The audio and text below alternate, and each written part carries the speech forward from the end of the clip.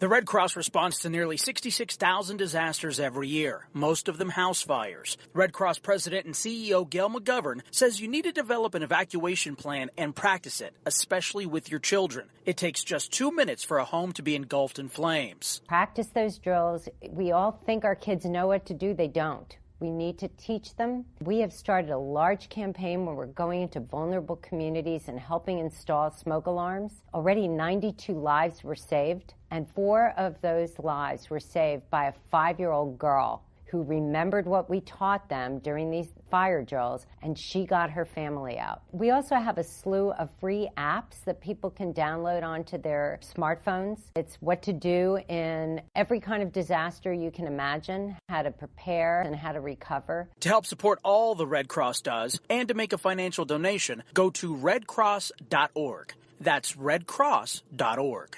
See that cute little dog in the pet store window? Chances are it came from a puppy mill.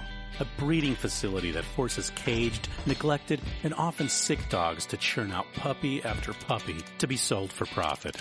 Meanwhile, millions of wonderful, healthy pets end up in animal shelters. This leads to the killing of more than 9,000 by the end of today. But with one simple choice, you can help. Just by deciding to adopt instead of purchase your next pet. Animal shelters are full of amazing pets looking for a home. When you adopt your new best friend, not only are you saving a life, you're taking a stand against puppy mills. When your friends see the smart choice and impact you've made, they adopt their next pet and share with 5 of their friends, who share with 5 more. Before long, thousands get involved. Pet stores stop selling dogs from puppy mills, and even more lives are saved. And with your help, we can save them all. Visit bestfriends.org/puppymills to learn more. It's Thursday night, and you're grabbing drinks with some friends. Started off with a pitcher for the table, which quickly becomes 2. There's pool. And there's the photo booth. All right, everybody squeeze in. Say cheese! Followed naturally by an order of wings. And another. Can we get some extra ranch sauce? Then there's the ceremonial nightcap. So what are we doing this weekend? And lastly, it's back to the car, which, if you're buzzed,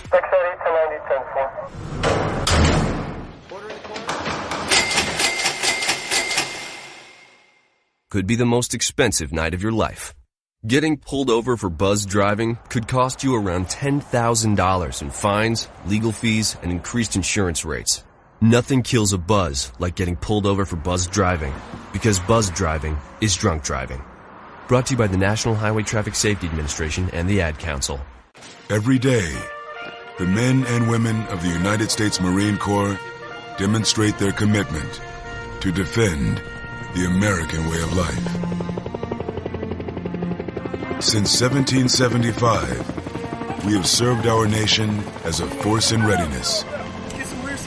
From combat operations to humanitarian assistance in every corner of the world.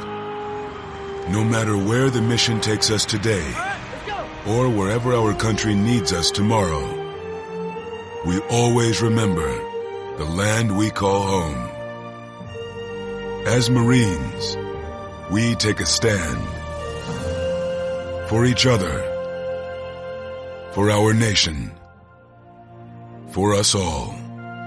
The few, the proud, the Marines.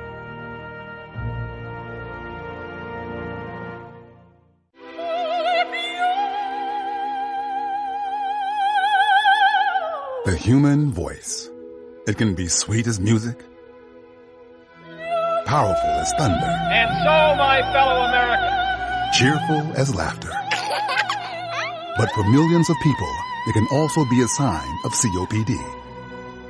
This serious lung disease can make it so hard to breathe, you often can't catch a breath or finish a sentence, let alone carry a tune. And many who have COPD don't even know it. That's where your voice comes in. If you think you or a loved one have symptoms, talk with a healthcare provider. Early diagnosis can mean better treatments and quality of life. Join us in raising our voices for the millions with COPD who can't. Learn more, breathe better at NIH.gov. 1, 2, 3, 4. As a mother, you don't want to have to worry about this bill is coming, but then she needs this chemo. That's a decision you shouldn't have to make. It's a huge burden lifted financially, and so it allows you to give singular focus to your child. I've never known a hospital that takes care of their patients so thoroughly. That was the first thing I was like, how are we going to do this? When they told us that we didn't have to pay a single bill, I was like, wow. They pretty much have saved us. It's like the world has been lifted off of your shoulders, and now your focus is supporting this child. There is not another hospital like St. Jude. The patient care is unmatchable. It saved my life. It saved my daughter's life. It saved our family. St. Jude Children's Research Hospital. Finding cures, saving children. Learn more at stjude.org. The following program is closed captioned for the thinking impaired. Zinc Media. Feel the power of knowledge.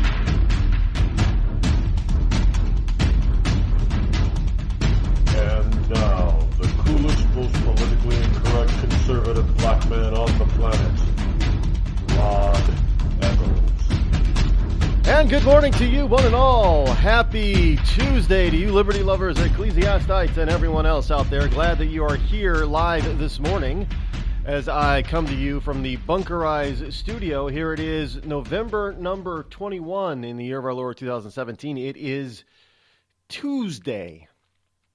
Tuesday. Yes, how do they say it in New York City? Tuesday. Today is Tuesday. But it is like a Thursday here today because tomorrow is the last live broadcast of the week. You have the best of programs on Thursday and Friday due to the Thanksgiving holiday that is coming up. So tomorrow will be open mic, anything goes Friday, Freedom Friday. Got a lot of stuff to cover today. Did anybody see the Christmas, one of the Christmas trees being delivered yesterday at the White House, the Trump's first presidential Christmas? Now, the only reason why I'm bringing it up is, first of all, our First Lady, just gorgeous. But it's the first time I've really seen Barron Trump in a few months. The president and Melania have done a very wonderful job of keeping the kid out of the public eye. But he's grown a lot. Now, his mom's in heels, and he's just as tall as his mother. Now, the kid's only 11 years old. So that puts him at, what, 5'6" to 5'8"?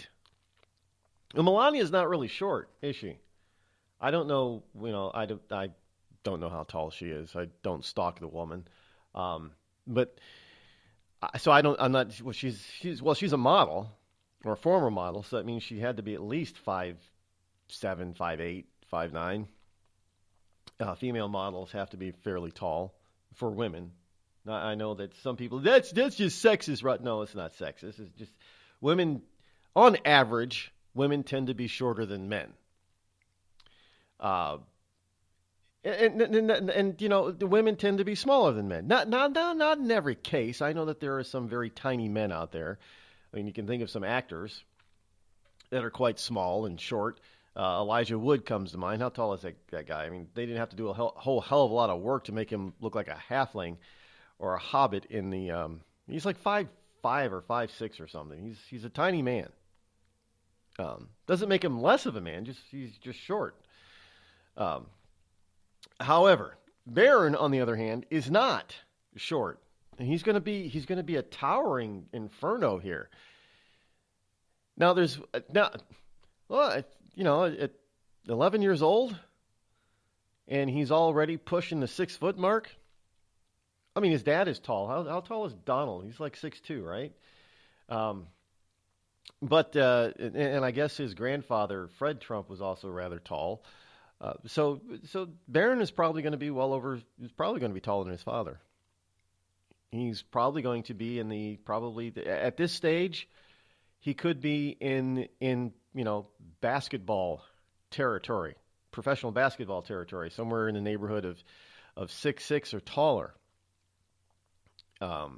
We'll have a few years to see. I don't think he's going to be playing any basketball. I know, and whenever the kid, the first kid, should say, whenever he makes an appearance, people speculate about his mental state, I suppose. Now, folks, I know we're big on this autism stuff right now in this country. I mean, what is it down to? One in 65 or 1 in 50 kids now are supposedly have autism, and nobody's asking the question why. I haven't heard a single person who should know ask the question why all of a sudden this over the past few years this tremendous increase in autism rates in this country. It's gotten so bad that I think they've stopped saying 1 in 88. Remember that? Well, it used to be 1 in like 350. When those commercials first started airing, it was like 1 in 350. And then it got down to 1 in 88. Remember Toni Braxton? She's got an autistic child, and it got down to 1 in 88. And I'm like, what the hell? Why isn't anybody talking about why this is happening? The problem is that when some parents and some medical professionals were starting to point fingers at why, we had everybody else trying to shut them down and shut them up. Nobody wants to explain the reason why we had this sudden increase. And when I ask a question, well, hey, some health professionals, I ask them, well, is it because we've changed the definition of autism or we understand it better? They all told me no. They said that's not the reason. They said that can be a small part of it, but you don't go from a big jump from 1 in 350 or something like that to 1 in 88 and totally explain it, even partially explain it by better, understanding of the disorder. All the medical professionals that I asked about this, they all told me, no, there's something else involved here. There's something else going on. But nobody's asking that question. So I'm just very curious. Now when people, they bring up the idea, well, maybe it's some vaccines. Everybody throws a hissy fit. No, it's not vaccines. You're going to get your kid vaccinated. How dare you not vaccinate your kid? And nobody's asking the question, well, are the parents right? Are some of these vaccines being given too early, or are they given too much? Are they given too many at a time? What is the case here? Is the case that maybe the parents, although don't know it, are at fault because they were over-vaccinated? What is the problem? Why are so many children being diagnosed with autism in this country? I mean, this is epidemic proportions, people. And at the same time, you have those on the left who supposedly want to be inclusive of everybody. They're still out there making fun of poor little Barron. Well, I mean, he's not little anymore, but you get the point. I don't care if the kid's autistic. Big freaking hairy deal. Evidently, 1 in 50 kids nowadays is. I mean, or if it's just 1 in 88 still, but I know the number went lower. I heard a recent commercial. I just don't remember the number. So let's go with 1 in 88. Big deal if he's autistic, severely or slightly, or if he has Asperger's or anything else of that type or genre. 1 in 88 kids evidently in this country do.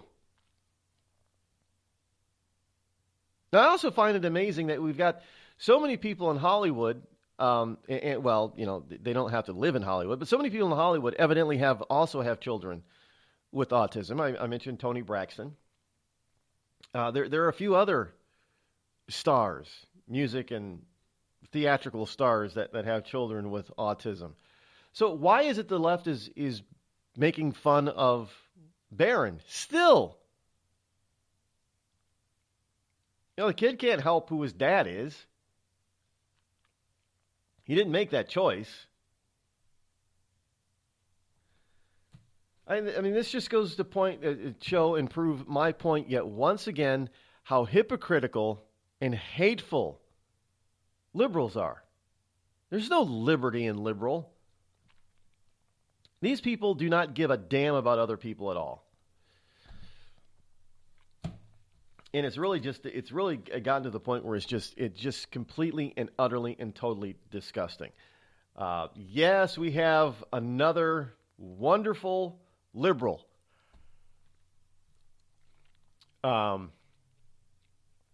Another wonderful liberal being accused of sexual misconduct.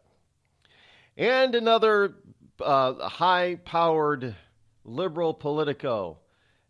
Some new accusations now about this guy. Anybody see the stuff on Conyers? John, yeah, I mean, this is beyond out of hand, folks. Now we've got 8 women, 8 so far,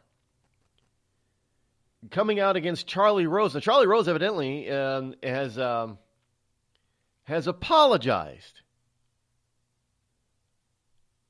which means that at least some of the accusations are true. I don't, folks, I'm beside myself with this stuff. I mean, I know this stuff was going on in Hollywood. And you know that rich and or powerful men, usually get their way with women. And frankly, it goes the other way too. Rich and powerful women usually get their way with men. Now remember, there have been a couple of people that have come forward and spoke out against Mariah Carey. Now I don't know where those accusations have gone. I don't follow this type of story very closely, especially when it comes to celebrities. But I thought it was kind of shocking that somebody close to Mariah Carey, at least 2 of them, would accuse her of sexual impropriety or sexual misconduct accusations. I don't know. I don't think she went up to a guy and grabbed him in his package and groped him, but women could do that. Women have done that. All you got to do is ask a few of the male strippers, and they'll tell you. What is it? What are they called? Not Charlie's Angels. What are the male stripping tour guys? Begins with a C. Yeah, that just goes to show I don't know who they are. I don't keep track of them. But in any case, we have this huge list of Chippendales. That's it. Thank you. Yes. I don't know where my mind goes sometimes in the morning. But we have, look, have you ever been to an event, a bachelorette party? By happenstance, I happened upon a bachelorette party once in a bar. They were in a bar. And it was, I don't know, it was probably 6 or 7 women. And they were hooping and hollering and all this kind of stuff over in their little corner. And I'm like, well, what the hell is going on over there? And bartender says, bachelorette party. This is the pre-party. I said, pre-party? Oh, yeah. They're all headed over to some place for male stripper night. Like, oh. I didn't think women did that. I thought that was just only in the movies or TV. He goes, no, at least once a month we get that here. And this was in Manchester, New Hampshire. They're like, oh, okay. Well, that's pretty cool. Women are naughty. When they get together, they can be very, very naughty. Now, I'm not accusing those women of doing anything immoral or illegal. Well, maybe it is a little immoral, but both sexes do it, is what I'm saying. I know what we got right now going on is mostly, it's 99.9% men being accused of abusing women or children. But it's well, and in some cases, you get some that are being accused of abusing other men. By the way, Sulu, Shields, George Takei is kind of making an excuse of why he cannot be accused of or have been accused of sexual impropriety with other men, because the rules are different for liberal gay men, evidently. Basically, that's what George Takei said. He's not apologizing for anything. He's denying everything. He didn't. Well, he's carefully wording his denial. He's not saying that he didn't do things with other men, but way back in the day. What he is saying is that it wasn't sexual impropriety, it wasn't abuse, and mostly because the rules are different. When it comes right down to it, Takei is basically saying that the rules are different for gay liberal men. I'm not kidding you. He was on the Howard Stern show talking about this stuff. So and I heard a little bit of excerpt, and it just made me sick, and I didn't want to listen to any more of it. But we've always had two sets of rules. We've had liberals set both sets of rules. Liberal Democrats have told conservatives what the rules are, what they believe the rules are, and then they've lived by their own set of rules. And whenever they get caught breaking the rules that they've given to us conservatives, they make excuses for them. And then sometimes they tell us, well, the rules are slightly different because we're different. In the case of Takei, he didn't come out and say, well, the rules are different. But what he was in his supposed non-apology, he was basically saying that the rules are different for gay liberal men when it comes to supposed sexual impropriety with other men, be they gay or not. It's quite we've seen a lot of A-listers and B-list actors coming forward talking about being groped, having their package grabbed by other men. Terry Crews, the guy who played Hercules, Kevin Sorbo. There have been a few other big-name actors that have got, when they were adults. At a party, some producer or director or movie mogul or something has been at the party and has been attracted or turned on by the star. In many cases, sometimes it was before the star was really a big star, but they were still known.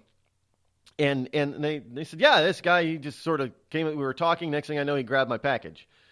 So it happens. But I don't.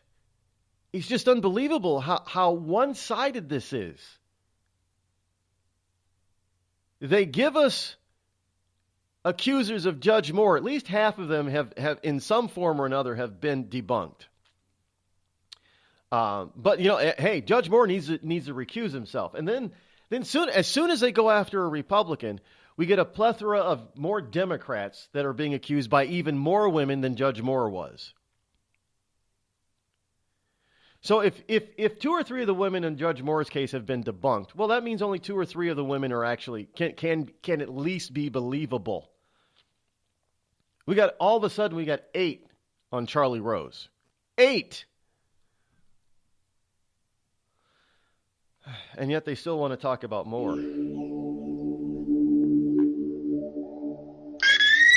You're listening to me, your lovable host, L. Rod, here on the Rod Eccles Show. We've all heard of male enhancement, but now there's an expert on true male enhancement in the areas that really count. In Herb Ellis's book, Husband 2.0, Real Male Enhancement, you'll find answers to questions like, why doesn't she want to have sex? A quick start, quick results workout guide, plus what you can do as a side hustle to make money now. With all the great tips in this book, every man can benefit. Get the book, Husband 2.0, Real Male Enhancement, on Amazon.com. Tired of paying outrageous prices for Viagra? Well, we have great news for you. Now you can finally get Viagra at huge discounts. Healthy Man allows you to save up to $500 on Viagra. Why pay U.S. pharmacy prices of $15 per pill or more when you can get Viagra for less than $3 a pill? Call today and get 40 Viagra pills for only $99. This can cost as much as $600 at your local pharmacy. You can't afford not to call us. If you want Viagra at the lowest prices, never pay $15 a pill pharmacy prices again. Get Viagra for less than $3 a pill. Call 800-595-2614 today and save up to $500 and get 40 pills for just $99. Healthy Man is fast, easy, and affordable. Operators are waiting at 595-2614 to take your call now. Call 800-595-2614. That's 800-595-2614. Again, 800-595-2614. It started with a knock, but it wouldn't end there. What happens in the story next, many wouldn't understand, and most wouldn't believe. 5 + 2 = Perfection by Samuel Rosette Jr. is a must-read. The scriptures within are reminders of the ancient past, and yet intriguingly infuses with texts which stand on the edge of the stage of relevancy. Available online at Westbow Press, Amazon, Books A Million, Barnes & Noble, and SamuelRosetteJr.com.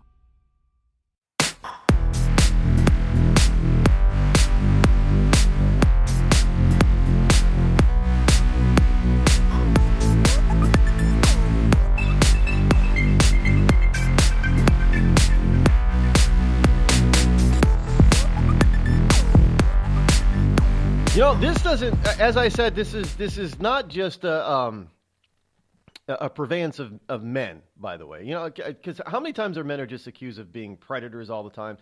Well, you know, in the chat room, reminded I got another story here, and this is nothing rare, by the way. I mean, it was so bad for a while that there was one particular publication online that I stopped going to because without fail, at least once a week, minimum, they were bringing a story of how a female teacher, usually between, in her 20s or early 30s, 35 or younger, a female teacher was having sex with one or more of her male students, as young as 13. Now I know some people would always say, "Well, hey, that's good for the kid, he's going after a cougar." First of all, at 20-something or early 30s, they're not cougars. Second of all, they're predators. I mean, let's face it. When you're a 14 or 15 or 16-year-old boy, what's the coolest thing that could possibly happen to you, as far as sexually speaking?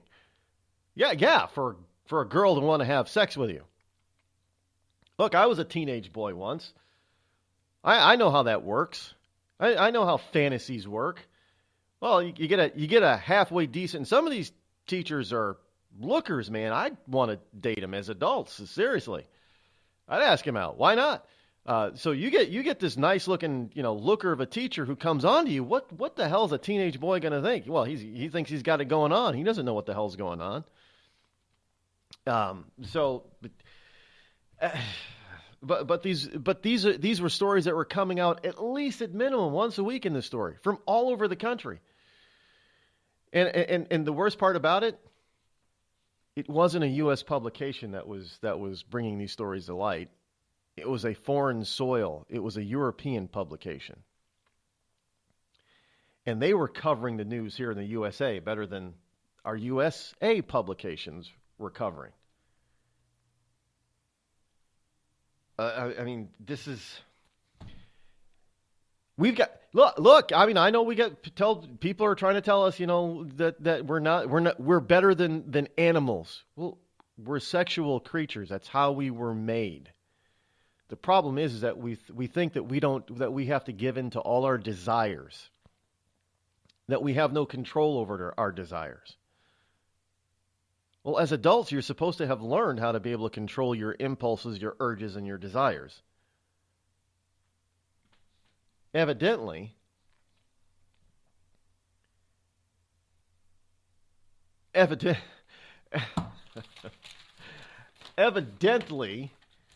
oh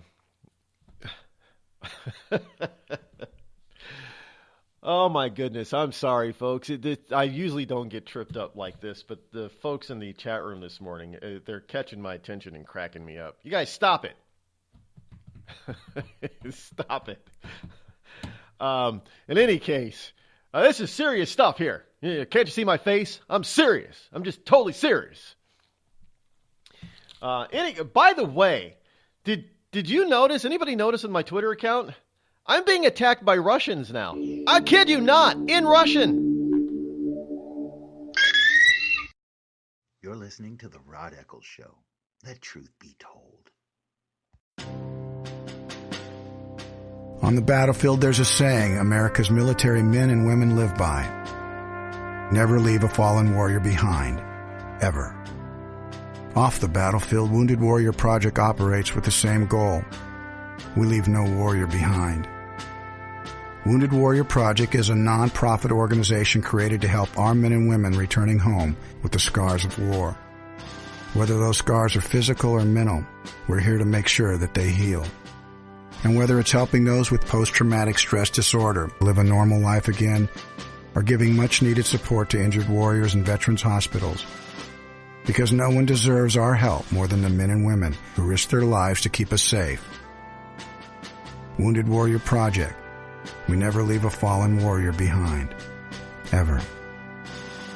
Learn more about what we do at woundedwarriorproject.org. Think fast. In the short time it takes to listen to this message, a small flame can turn into a big fire. Several minutes more, and thick, poisonous smoke may have filled your lungs and reduced your ability to respond. Give it 5, and your entire home may be filled with flames.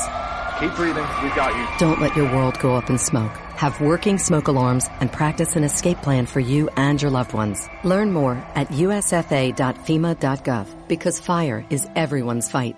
Have you mixed your pain meds, your sleep meds, your allergy meds? Call the Poison Helpline. Has your child eaten a tube of toothpaste, a chip of paint, a wild mushroom? Call the Poison Helpline. Have you been bitten by a spider, a snake, an insect? Call the Poison Helpline. Poisonings can happen at the home, on the job, or in the great outdoors. Call the Poison Helpline first for fast, free advice from medical professionals. Call 1-800-222-1222 anytime, anywhere. 1-800-222-1222. Save the number, save a life. Brought to you by the U.S. Department of Health and Human Services.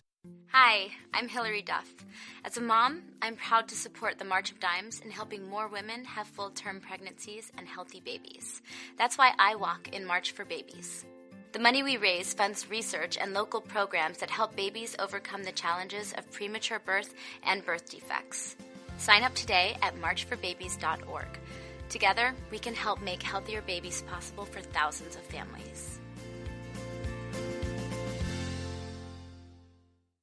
It's pretty amazing when you consider that 7 years ago, we didn't have the treatments we have now. We cure 80% of children with cancer. Go back 50 years, we were curing 20 to 30%.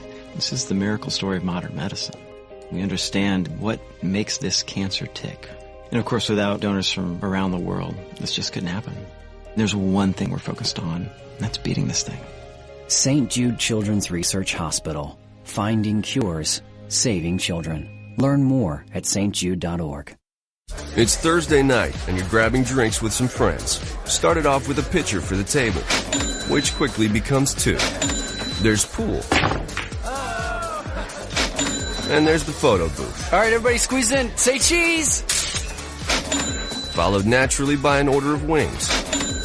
And another. Can we get some extra ranch sauce? Then there's the ceremonial nightcap. So what are we doing this weekend? And lastly, it's back to the car, which, if you're buzzed,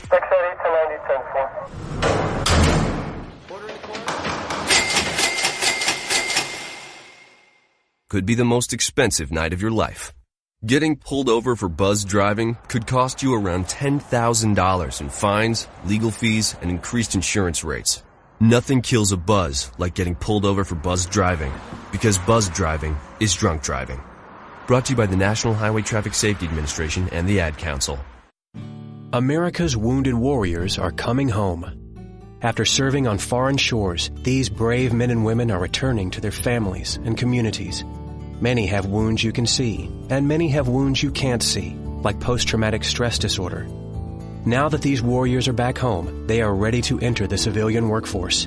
To help, Wounded Warrior Project has developed the Warriors to Work program, a career counseling service that helps warriors translate their military experience to the civilian workplace. These extraordinary men and women bring proven world-class job skills and a unique perspective on teamwork to the job. And to ensure the right warrior finds the right job, Wounded Warrior Project works with employers to find just the right match. When you hire a wounded warrior, you hire an intelligent, talented, and committed new employee. Contact Wounded Warrior Project at findwwp.org. Welcome home the brave.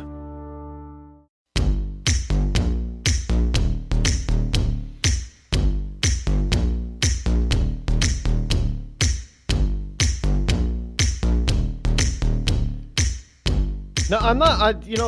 People, I'm not kidding here. I woke up this morning, and one of the things that I do on a daily basis is, while preparing for the program, is I also peruse my Twitter account, and I noticed something. So I did a quick little, you can do a little trace back on conversations on Twitter that happen on tweets. And I noticed it seems to be that now Twitter says it's the language is Russian. And I noticed that I didn't, it's like Cyrillic, I guess. Is that what they call the alphabet of the Russians and the Ukrainians?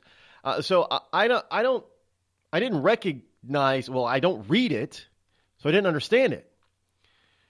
So I hit the translator button because it said Russian, translate from the Russian. And I'm a couple of conversations, a couple of tweets are in Russian. Now, I don't think I'm being threatened by anybody, but I did note that according to the translation, one of them called me a bitch. Now, folks, I have said before that people across this globe, that's why I say liberty lovers all across the globe and Ecclesiastes, because people all across the planet listen to the program. I get the numbers. I can see the numbers from my own broadcast and some of the other broadcasters. I know where the program is being listened from. And I have always found it fascinating that the number 2 nation that I get the most listeners from is not Canada. It's Russia. And so now I don't follow these people, so they must be following me, or somebody is that can speak Russian, because I found it quite interesting that I'm being responded to in Russian. Somebody in Russia, I don't know how well the translators work on Twitter, but according to the Twitter translation from the Russian into the English, the Russian called me a bitch. I don't know what over or why, but I just find it amazing that I'm I'm affecting a liberal in Russia.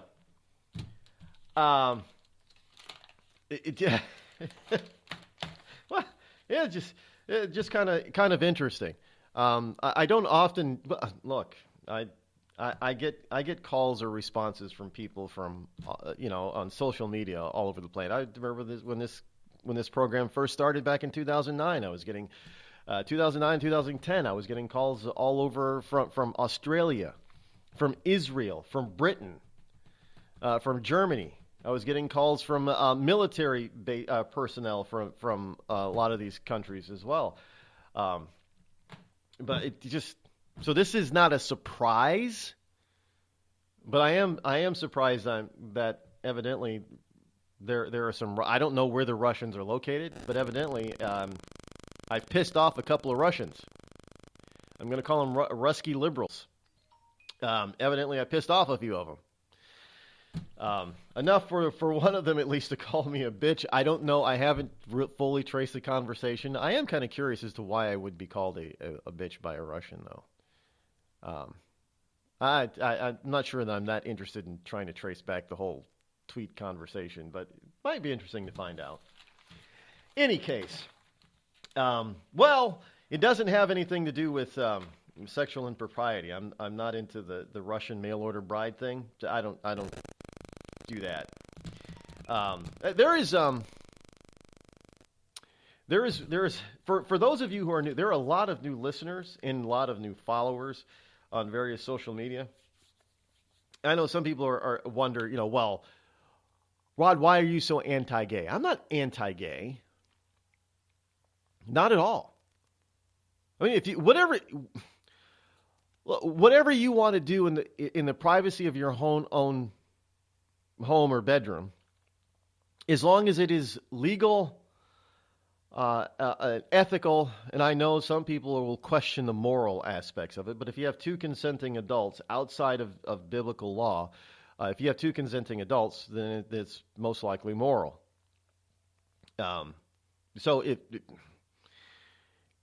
Look, I've admitted that I have a bromance, or is it a bro crush? A lot of males do. Most males have a bro crush or a bromance with Tom Brady. Personally, myself, I'm, when I say attracted, I don't mean sexually attracted to. I'm not attracted to Tom Brady. There are a lot of guys are. They either they wish that he was their best friend, or they wish they were him. I understand it. Tom Brady's a good-looking guy. Now he's 40 years old and still at the top of his game in football. He's a multi-millionaire. He's married to what a lot of men consider to be a beautiful former model, Giselle. He's living the life. He's living the dream, man. I can understand why there are a lot of guys that would want to be him or at least be his best friend. But my bro crush happens to be Antonio Banderas. I don't know why. I've just always... he's not the world's greatest male actor, by far. I mean, he's done a lot of crappy stuff. But if I just wanted to go by the person that I always find to be most entertained by, but I don't have a bro crush or a man crush on Will Smith. Again, I haven't seen everything that Will Smith has done, but there hasn't been a movie yet that Will Smith has been in that I have not liked. But I don't have a bro crush. Maybe it's Antonio Banderas' accent. That must be it. Yes, Puss in Boots. And no more chit chat. I think it'd be cool I kind of would like to get to know Antonio Banderas. I'm not going to lie. It'd be cool to go out and have a beer with him, hang out with him. Not to mention, I'm sure, he'd attract a lot of women. No, I'm not going to lie about that. Come on, guys, you know the deal.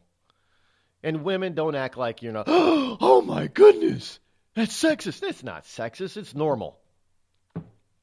The one thing you got to understand, I'm truthful and honest. I don't hide things here. I don't think I'm crude, but I'm honest about it. I like women. Is there a problem with that? I'm a single guy. I'm not dating any women right now. So I mean, there's an opening, if you want to call it such. But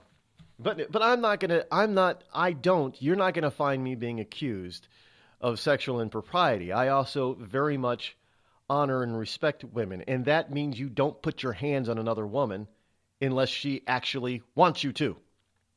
And that doesn't mean after you buy her a drink that you automatically think that she wants you to put your hands on her. That's not the case. I know the boundaries and I know the limits. And this is something and I also understand how to control urges. I mean, even in a crowded room or bar situation, I don't put my hands on a woman unless she wants me to. And how do I know she wants me to? Because she will say so. Until then, I don't act. And no, I don't grab them in any conspicuous spot either. It might be to shake their hand or put my hand on their shoulder, but that's about it. Unless they want to dance. I can't remember the last time I went slow dancing with a woman. I think that's a kid thing, isn't it? Or a senior citizen thing. And I'm not either. So, but evidently, liberals don't understand the difference. Democrats don't understand the difference.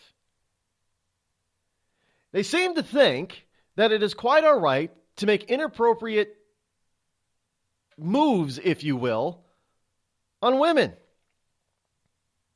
They put their hands where they belong not.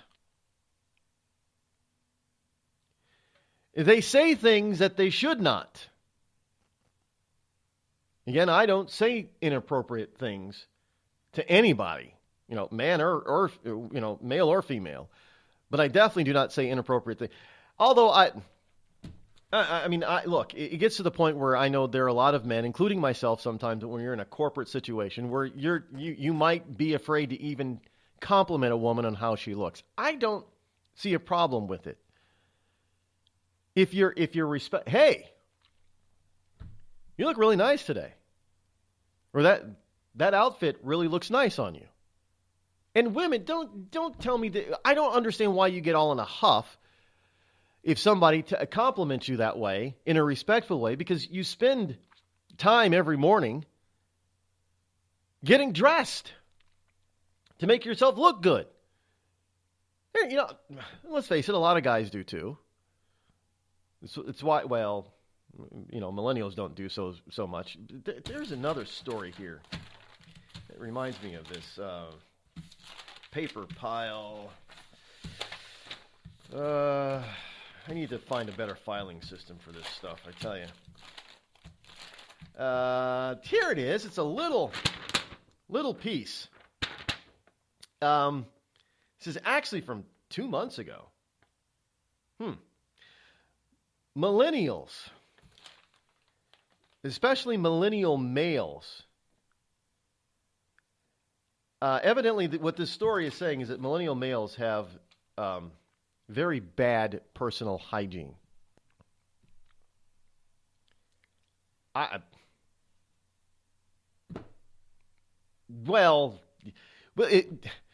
Beards are back in a big way, but not in a good way.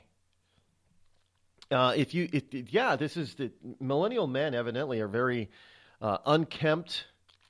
There are some companies, I understand, they have to go through personal hygiene classes because, especially some of these tech people, I guess, they forget to shower, I suppose. I don't know. But evidently this story is basically pointing out that as far as personal hygiene in the workplace is concerned, millennial men, those aged between 25 and 34, are the worst at personal hygiene. Well, I kind of understand now why a lot of women are going for older men. Because you got the chickified, wimpy millennial male who tries to act like a female, I guess, and be in touch with their feminine side. And if you're not a millennial, if you're older than 35, I guess, then you don't do that. You're still a manly man, and you groom. You have proper grooming. Women like that, by the way. They constantly do all these surveys. Listen, if you're a millennial male right now, and if you're a feminized male, let me tell you something. If you buckle down and man up, literally, you're going to have more female prospects because there is a website out of Britain. Is it the channel, whatever? Basically, it's a website where women go to. They take anonymous pictures of men on the tube. Yeah, I think it's called the tube.uk or something, or .co UK. And it's female commuters on the London and British Underground in the tube taking pictures of what they consider to be hot men.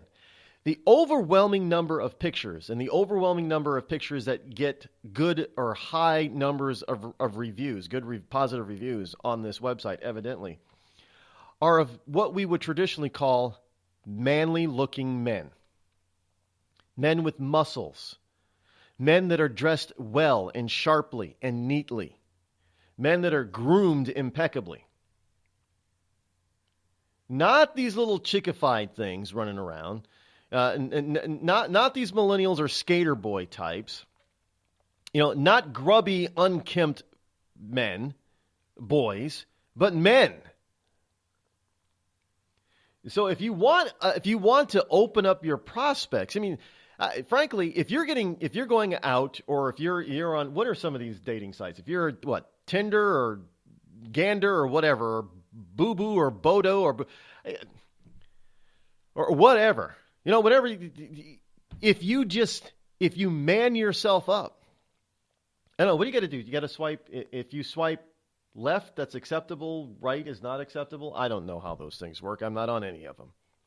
I do know that if you swipe one way, it's a rejection. If you swipe another way, it's like a positive reaction.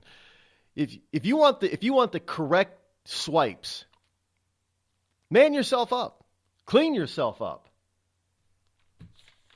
I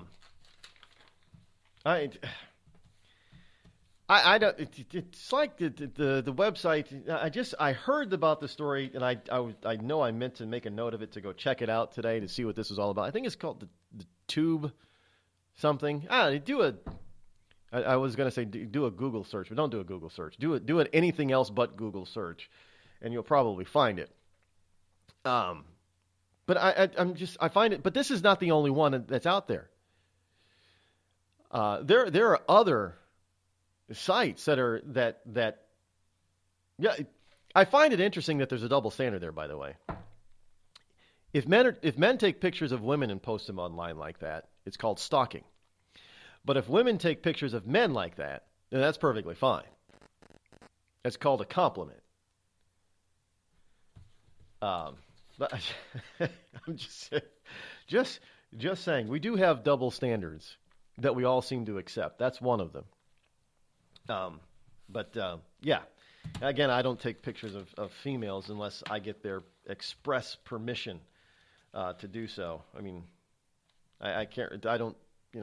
Yeah. I mean, if a woman just happens to be in a picture that I'm taking inadvertently, that's different. But I'm not walking around secretly trying to take pictures of women just to objectify them, if you will, unless they're unless of course. I have taken a picture and posted before of something that appeared to be a woman under all the dreads and face piercings, because I think I posted, this was years ago though. I think I posted when I was first online. I think I posted the question: if you were her father, would you let her out of the house? But that was. But in any case, yeah, we still have a ton of stuff to talk about. Especially more on the sexual harassment stuff, and we'll get into that as the program unfolds. Stay tuned. Hello, America. It's me, your history. I remember a time when we thumbed our nose in a king's face and sent him packing. And when fascists and emperors talked a little bit too loud, we showed up, tore their cities to the ground, and then rebuilt them just to prove we could. We put men on the moon, we won a Cold War, and we elected fearless leaders who led fearless people. What the hell happened to you, America? Back in my day, we didn't elect a big-eared community organizer. We punched him in the kidney. Maybe it's time you came home, America. Home where you belong.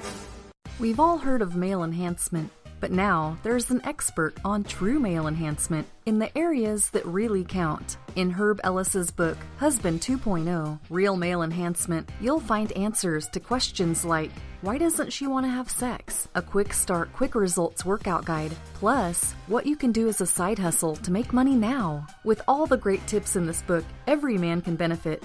Get the book, Husband 2.0, Real Male Enhancement, on Amazon.com. Tired of paying outrageous prices for Viagra? Well, we have great news for you. Now you can finally get Viagra at huge discounts. Healthy Man allows you to save up to $500 on Viagra. Why pay U.S. pharmacy prices of $15 per pill or more when you can get Viagra for less than $3 a pill? Call today and get 40 Viagra pills for only $99. This can cost as much as $600 at your local pharmacy. You can't afford not to call us. If you want Viagra at the lowest prices, never pay $15 $14 a pill pharmacy prices again. Get Viagra for less than $3 a pill. Call 800-595-2614 today and save up to $500 and get 40 pills for just $99. Healthy Man is fast, easy, and affordable. Operators are waiting at 595-2614 to take your call now. Call 800-595-2614. That's 800-595-2614. Again, 800-595-2614. It started with a knock, but it wouldn't end there. What happens in the story next, many wouldn't understand, and most wouldn't believe. 5 + 2 = Perfection by Samuel Rosette Jr. is a must-read. The scriptures within are reminders of the ancient past, and yet intriguingly infuses with texts which stand on the edge of the stage of relevancy. Available online at Westbow Press, Amazon, Books A Million, Barnes & Noble, and SamuelRosetteJr.com. This is Free America broadcasting on the Rod Eccles Show with a message to all patriots trapped behind the lines in California, New York, Boston, and Chicago. Don't give up, true lovers of America. Even as we speak, moves are being made to drive the invaders back to the land from which they came. Defeat the would-be dictators and lift the chains of tyranny from around your neck. Stay strong. Stay brave. You're not forgotten, and you're not alone. Until next time, patriots, this is Free America signing out.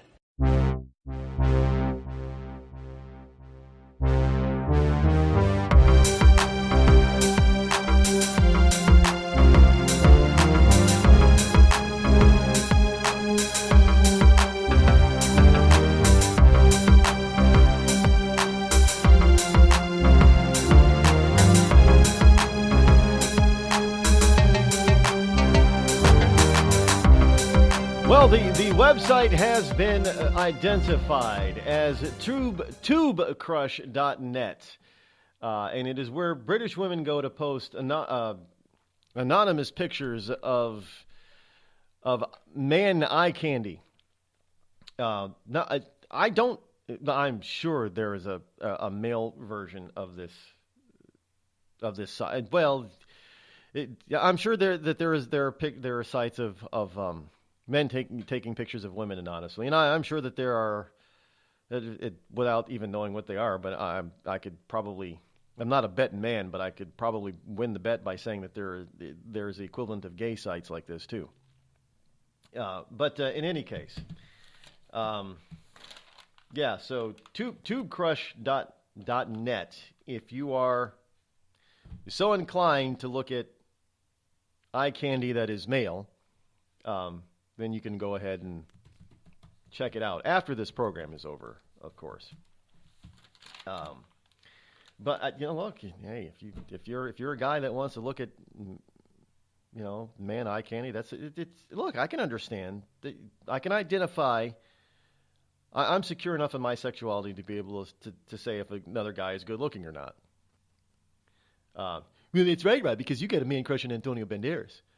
Well, I don't think Antonio Banderas is actually aging very well, but that's not the reason why I like the guy. When he was younger, sure, he was a good-looking guy, but that's not the reason why I liked him. Why I like him, and oftentimes, the good old. Let me explain a man or bro crush to people. It has nothing to do with a man's physical appearance, usually. Hey, well, Tom Brady obviously is physically attractive, both in facial features and his body, because he's a top athlete. He's in good shape. But that's usually what other guys, they like the personification of the person, the personality that the person, the man, personifies. And I just happen to like, whenever Antonio Banderas would speak, that accent and the way he did it was just like, I just thought it was kind of cool. And whenever I saw him in interviews, he just seemed like a genuinely nice, friendly, fun kind of guy. So that's what and Tom Brady seems like he's a nice guy, but he seems like he's awfully shy.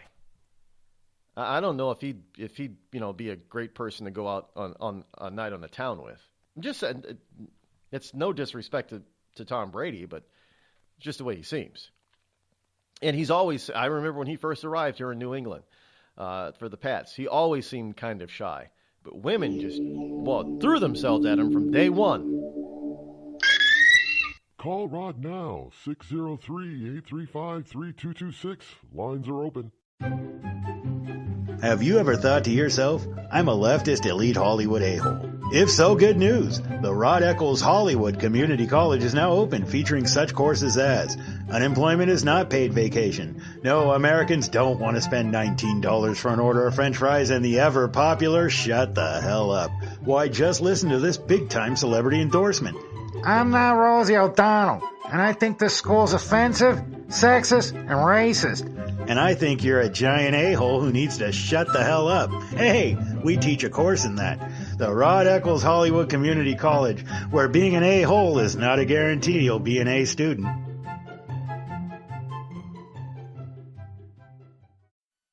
I considered suicide so I wouldn't put my family through all the pain. Many of our warriors are returning home from the battlefield, only to face a new war as they struggle with devastating injuries. At Wounded Warrior Project, we understand. We're there to help. Even though you think you're broken, you're not. It's the physical and the emotional healing that Wounded Warrior Project provides. With a gift of just $19 a month, you can join Wounded Warrior Project. You'll help provide critically needed programs and services that rebuild lives. Beautiful. There you go, buddy. The ongoing needs of our wounded and their families will continue for many years to come. Now is the time to show your support. Call now or go online with your gift of just $19 a month, and we'll send you this Wounded Warrior Project blanket. It made me feel that there's people out there that care about us. After this event, we can finally maybe start to heal as a family and move forward. We need your help. The families are hurting. For many of our wounded heroes, the greatest casualty is being forgotten. That's why your gift of just $19 a month is so important. Please, call or go online right now. Think fast. In the short time it takes to listen to this message, a small flame can turn into a big fire. Several minutes more, and thick, poisonous smoke may have filled your lungs and reduced your ability to respond. Give it 5, and your entire home may be filled with flames. Keep breathing. We've got you. Don't let your world go up in smoke. Have working smoke alarms and always stay in the kitchen when cooking at high temperatures. Learn more at usfa.fema.gov, because fire is everyone's fight. And now, a message from the American Migraine Foundation. It's an absolute nightmare. I was terrified. It was like your head's gonna explode.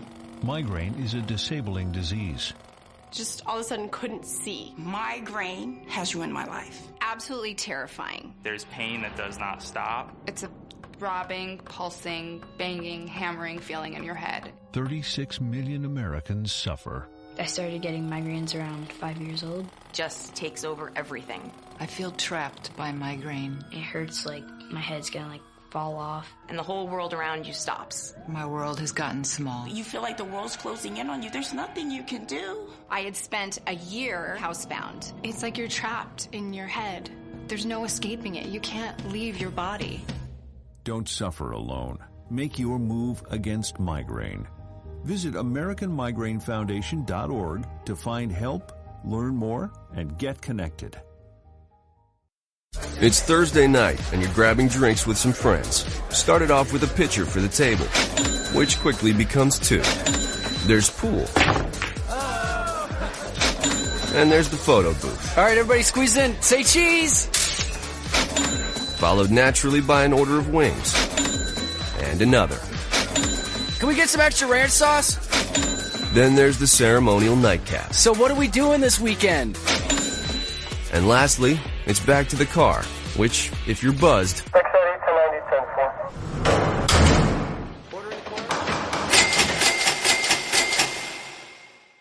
could be the most expensive night of your life. Getting pulled over for buzz driving could cost you around $10,000 in fines, legal fees, and increased insurance rates. Nothing kills a buzz like getting pulled over for buzz driving, because buzz driving is drunk driving. Brought to you by the National Highway Traffic Safety Administration and the Ad Council.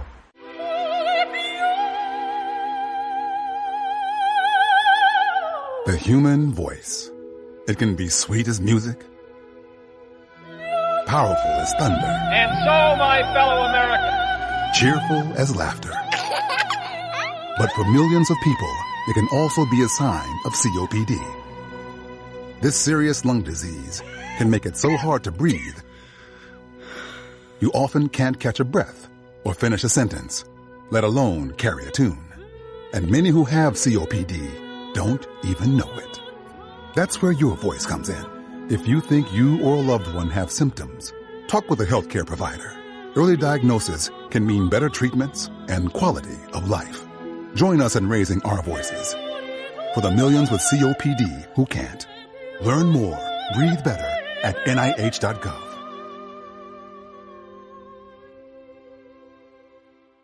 Every day, the men and women of the United States Marine Corps demonstrate their commitment to defend the American way of life.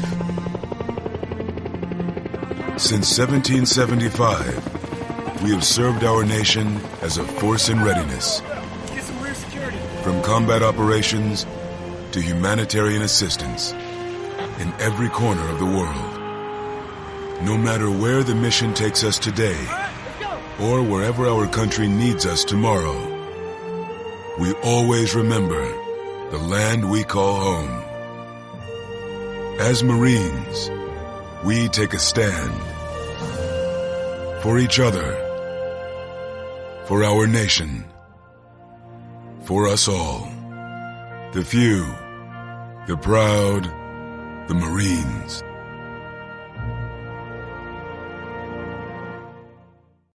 Zinc Media.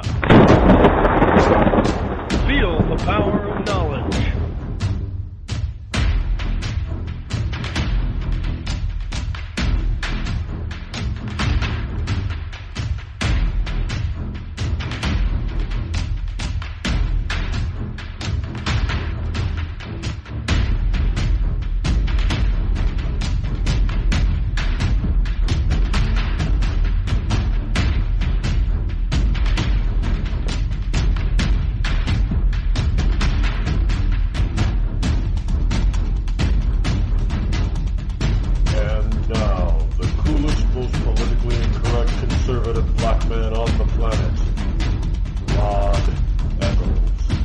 Welcome back. Hour number 2. Where did the first hour go, by the way?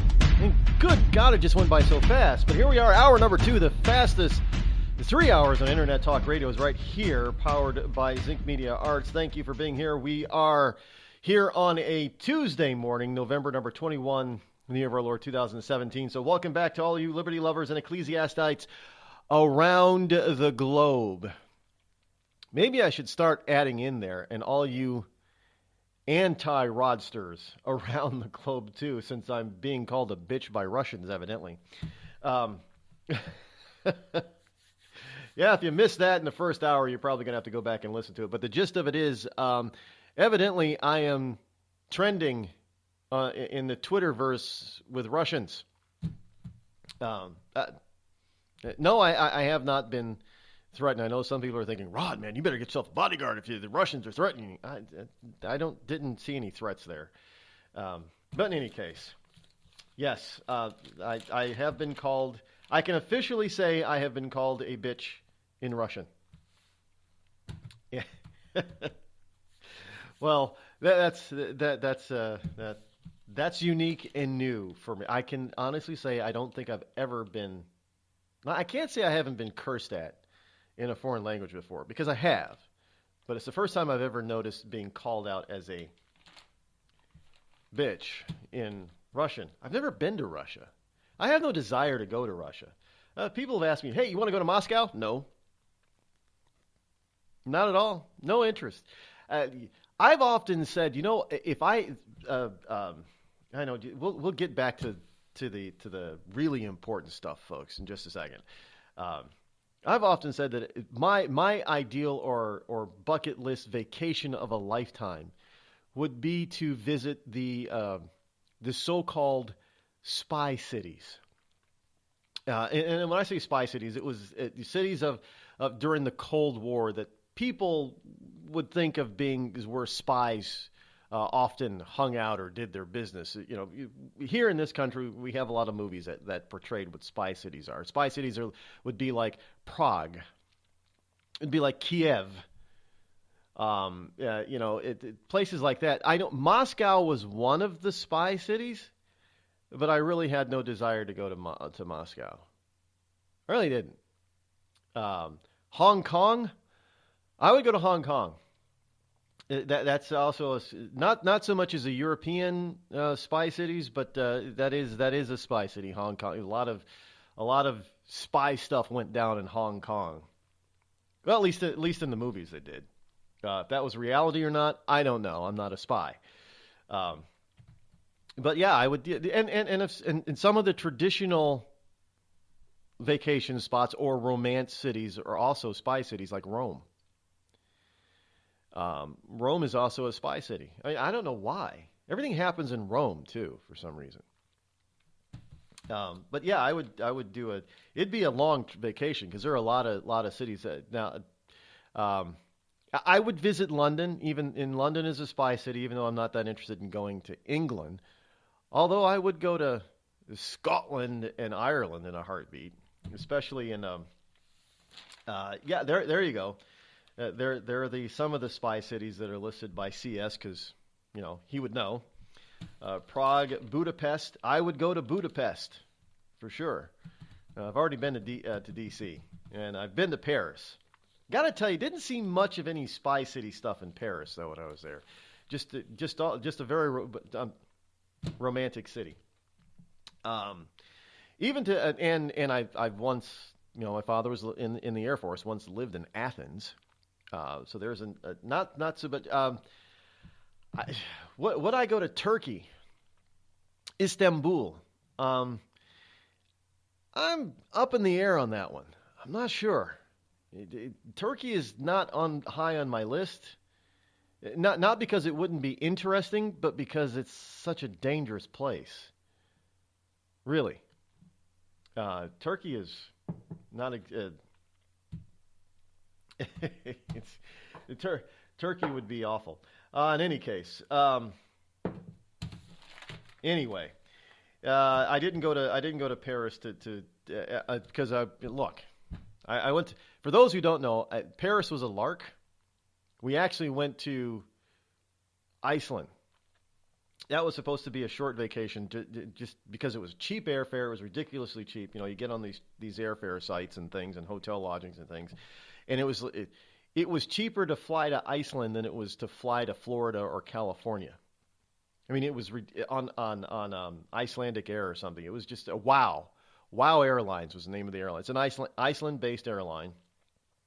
For such a small country, do you realize that they have 3 international airlines based in Iceland?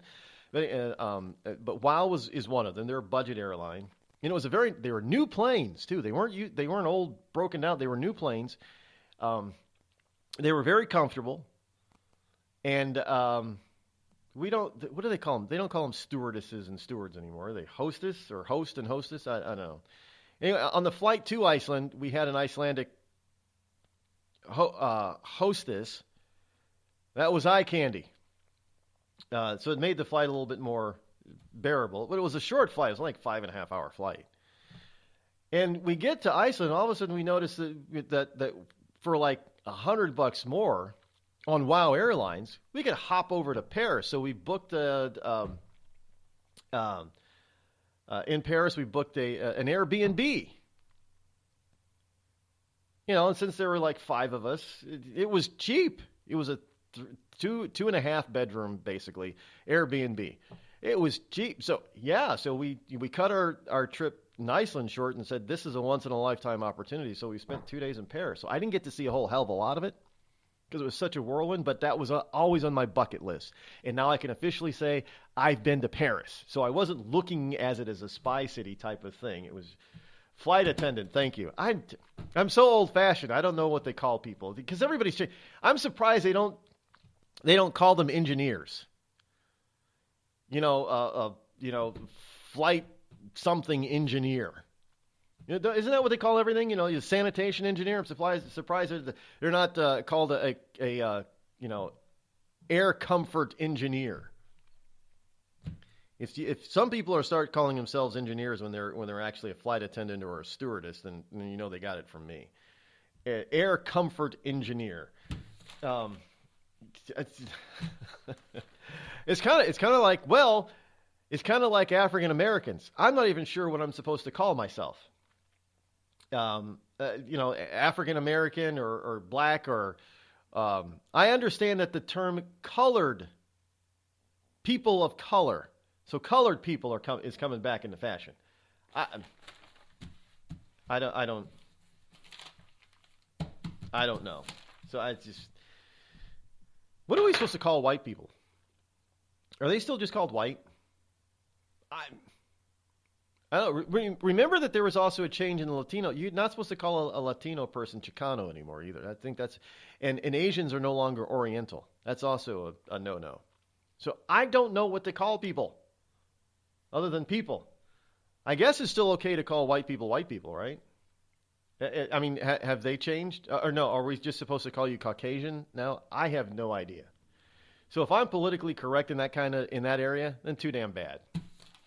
Because I'm not going to try to be politically correct. So if I say stewardess, then that's just too damn bad. I'm sorry that it offends a stewardess or a steward.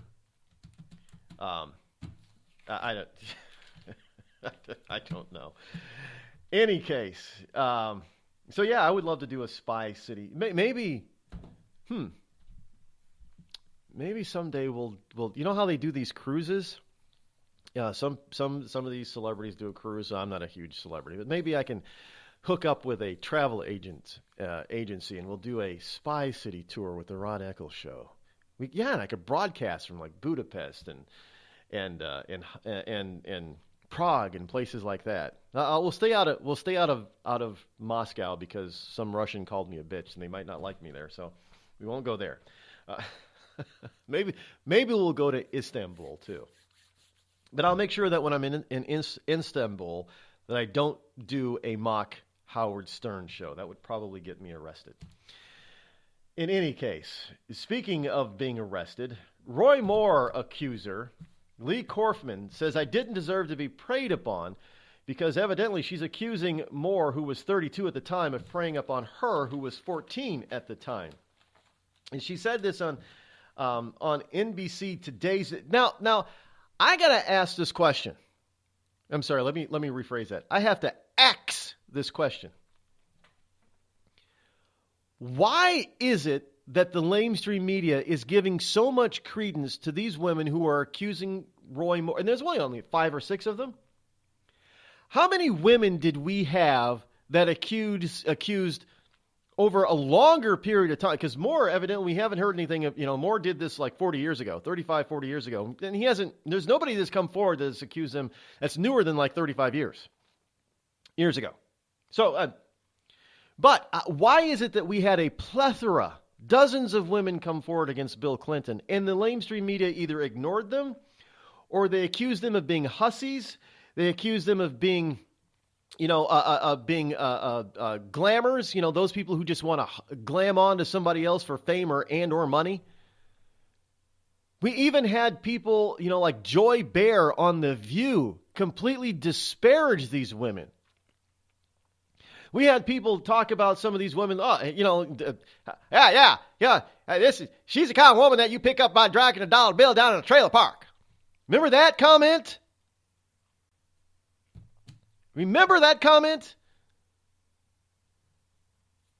But now all we hear about is these Roy Moore women. And we're supposed to take them completely and totally and utterly seriously and not doubt a single word that they say.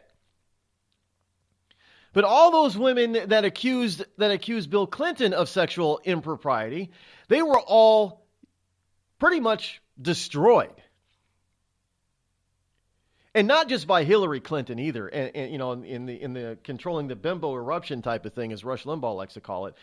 No, we're talking lamestream media. The lamestream media talk show circuit, they all blasted, lambasted, impugned, besmirched those women. Even liberal women. I mean, I can't. This is when The View was just first starting to air. And I remember people like Joy Behar and Barbara Wawa talking about some of these women that were accusing Bill Clinton, and they disparaged those accusers like you would not believe. But now we're automatically supposed to totally and completely believe these Roy Moore accusers, even when at least half of them have been debunked.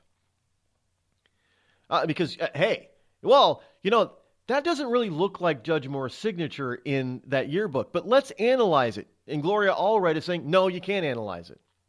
Hey, Judge Moore took me behind this mall where he tried to do the deed with me, but the mall didn't exist back then. Oh, I gave Judge Moore my mom's cell phone number. Cell phones didn't exist back then. So those stories are very questionable at best, but we're still supposed to believe them. But when it came to Bill Clinton, oh no, we couldn't believe not a single one of them. Until we got evidence. Remember the blue dress? Oh, then we were told, oh, that's just personal.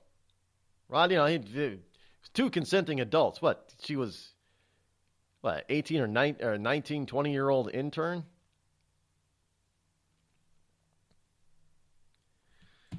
She didn't know a damn thing that was going. By the way, did you know that the human brain does, it matures at different rates? We all knew that. And the male brain doesn't fully mature until sometime around the age of 24 to 26. Yeah, that explains a lot of college stuff, I know. But the female brain, although they mature faster than boys, there's something that's still very innocent and different about a female brain, but they don't fully mature until they are like 20 to 22. But it's a different type of maturity. Now, Lewinsky was barely mature enough to understand what the hell was going on, but you put her in a position where she's with the most powerful man in the USA, probably the world, and he's paying attention to her at that age, what do you think's going to happen? Exactly what did happen. But we're supposed to not believe the Clinton accusers until we get the blue dress. And then it's just one, and then it's just, during his private time, he didn't give her any secrets. He's just a stupid, silly, one-time shot. Double entendre intended. But all of these Moore women, even when at least half of them have been debunked, their stories have been at least partially debunked, no, we're supposed to believe them. Why? Because Moore is a conservative Republican who holds up the Ten Commandments. By the way, Bill Clinton was married when he had all his so-called tryst. If you notice the time period that these women are accusing Moore of coming after them, I do believe he was divorced and single.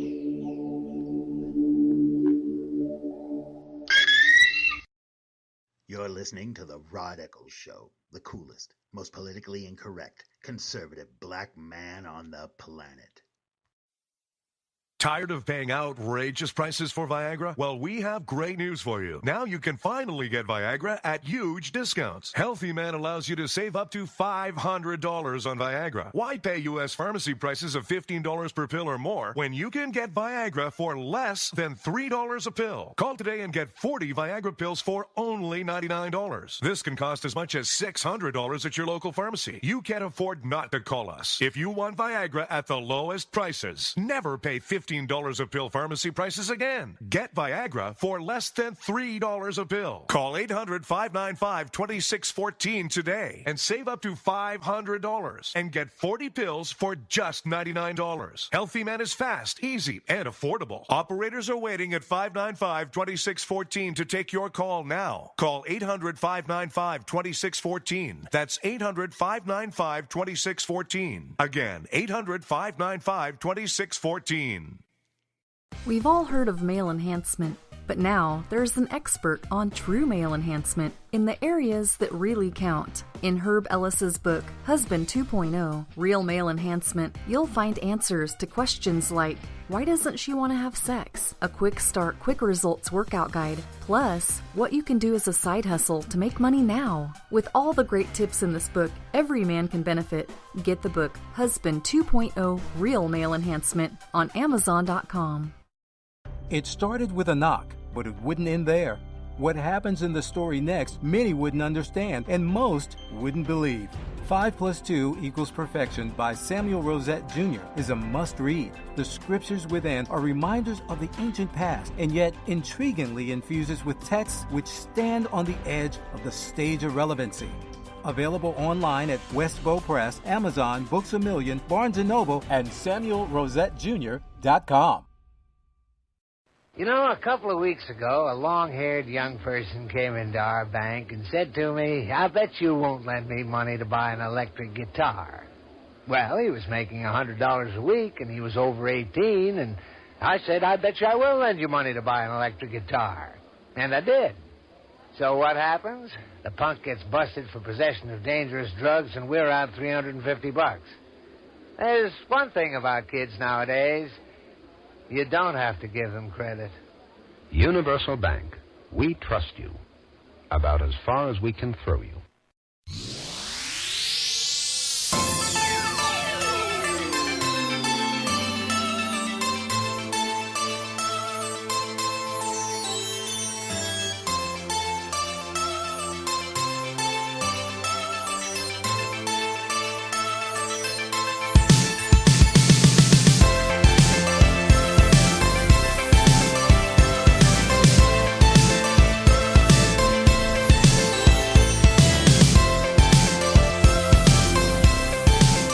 By the way, some people were, those of you who do have my personal number, yes, I got the new phone, and it works fine.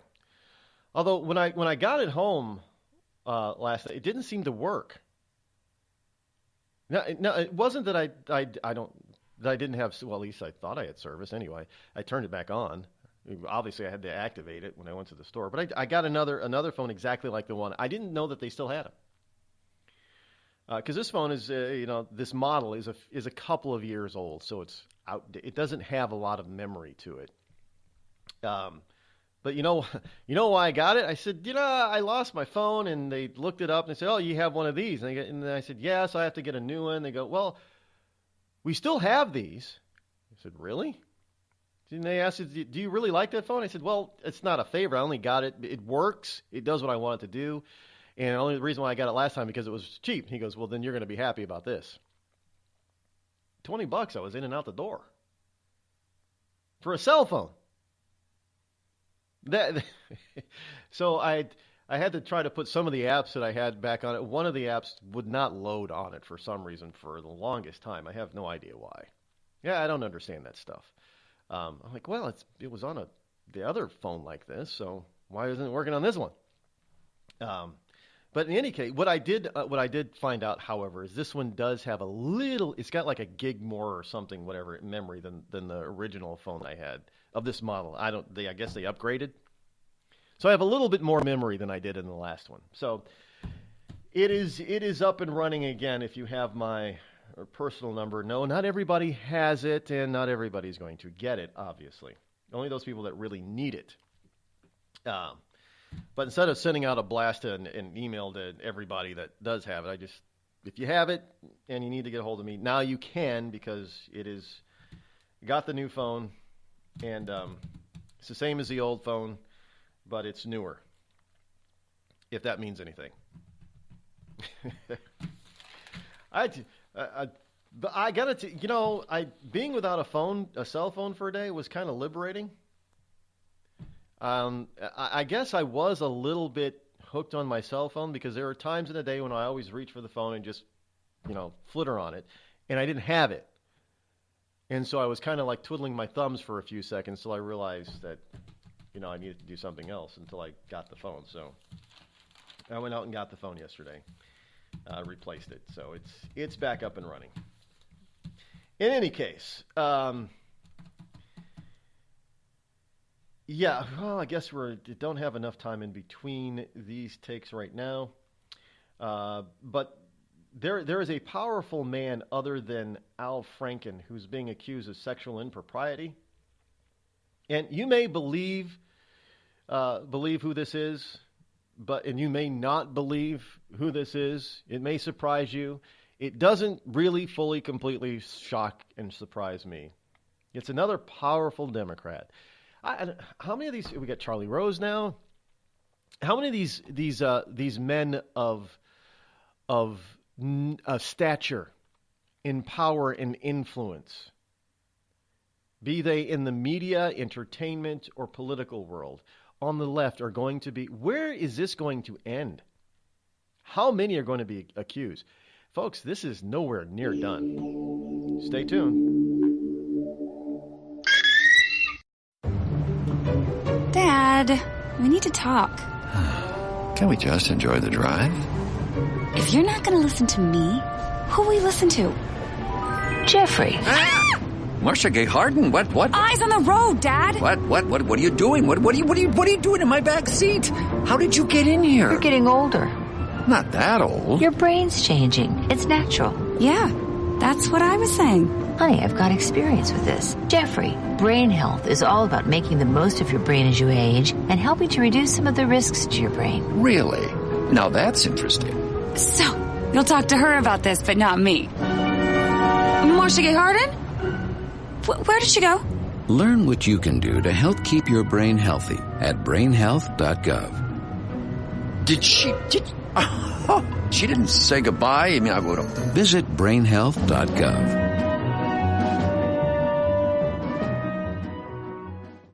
Every day, 70,000 puppies or kittens are born in the U.S. Cute, right? What's not cute is that half of all litters are accidents, which leads to millions killed in shelters each year. Turns out, those little cuties can get pregnant sooner than you think. But here's the good news. You can stop the accident before it happens. When you bring home a pet, get them fixed at 4 months old. Prevent more. Fix at month 4. Visit fixat4.com for more information. Brought to you by Best Friends Animal Society. There's a threat targeting America. One that's growing fast, but may still be hard to see. Lyme disease. Spread by tiny ticks, often smaller than the head of a pin. This dangerous disease is now more widespread than West Nile, tuberculosis, and HIV/AIDS combined. And if left untreated, it can lead to arthritis, facial paralysis, and even memory and concentration problems, often called brain fog. As the threat of Lyme disease grows to more than 300,000 projected cases each year, it's time for us to target Lyme disease. That means checking for ticks when you've been outside, even in your own backyard. It means seeing a doctor if you experience the symptoms of Lyme disease, which can include joint pain, flu-like symptoms, fever, fatigue, or sometimes a bullseye-shaped rash. Set your sights on stopping Lyme. Learn how you can target Lyme disease at targetlyme.org. Battles aren't won solely on the field. That's a common misconception. Battles are won within, over enemies of fear, enemies of doubt. In that place where promises are kept. Promises to oneself. This is a physical training event! Promises to one's community. Healthy people move debris out of their house. Promises to one's country. In the heart of every Marine, you'll find a promise. A promise forever kept. A promise of battles won.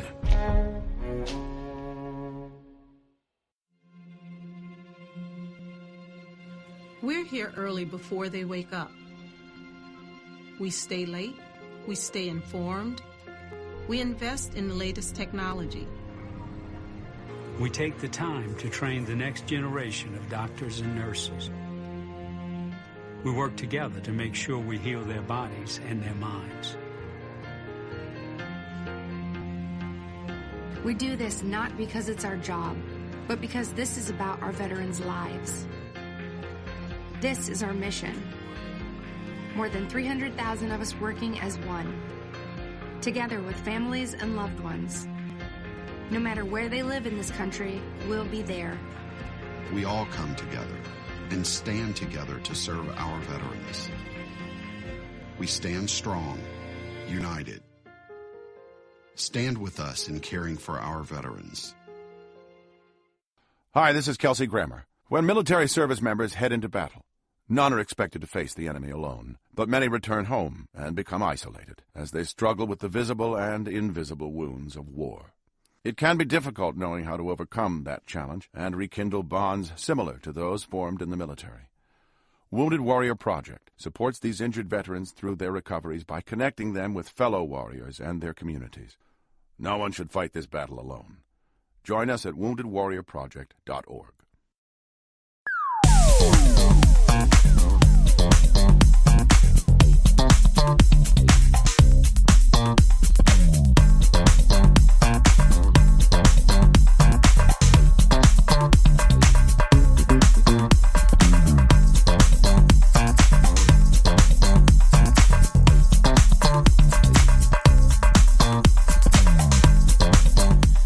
Folks, remember when Trump, when the audio, the secret audio of Trump and Billy Bush was revealed, and you know everybody talked about it, that it was locker room talk. That's how it was described. Now the left went berserk over Trump just talking about it. Now think about this for a second, folks. The left in this country went absolutely... In fact, you're still hearing the left talk about how much of a misogynist and a rapist that Donald Trump is. Although Donald Trump, I don't think, has ever been accused of raping anybody. Now, I'm sure that if the left really wanted to find somebody, they could invent somebody pretty damn easily. And I'm surprised that they haven't.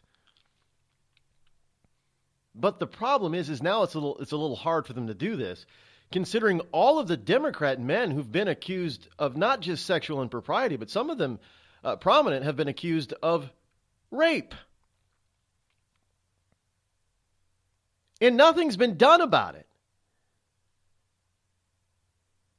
And so when they find somebody or are able to coerce somebody, now notice, some of these more women said that they didn't want to come forward. Somebody found out about it, about one of their stories, and really talked them into coming. Now, notice how a lot of times when it comes to stuff, when it comes to Republicans, remember the Anita Hill and Supreme Court nominee Judge Thomas? Now, Anita Hill kept saying she didn't want to talk about this. She didn't want to come forward. She just wanted to put it behind. And they basically, she was subpoenaed. She didn't have much of a choice.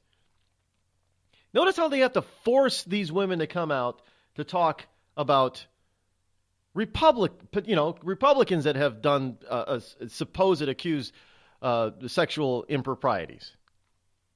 But they flow like rivers when it comes to Democrats and liberals.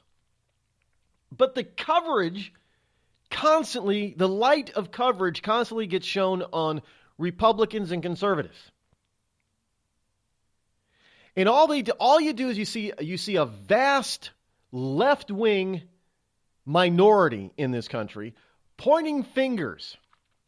Remember the movie The Body Snatchers? I think Donald Sutherland, the one with Donald Sutherland in it. I know that was a remake of an earlier version, but remember the movie when a body snatcher recognized somebody who wasn't taken over by a pod. I think it was pods, right? This is a long time ago I saw that movie. Remember the sound that they made? And at the very end, you had Donald Sutherland was a main character, and he was fighting against the alien invasion, and one of his co-conspirators, I forget who the female star was, but he was walking around town, and she thought that he was still uninfected, And she goes up to him in one of the last shots of the movie, of that particular version, was Donald Sutherland pointing at her and having that sound.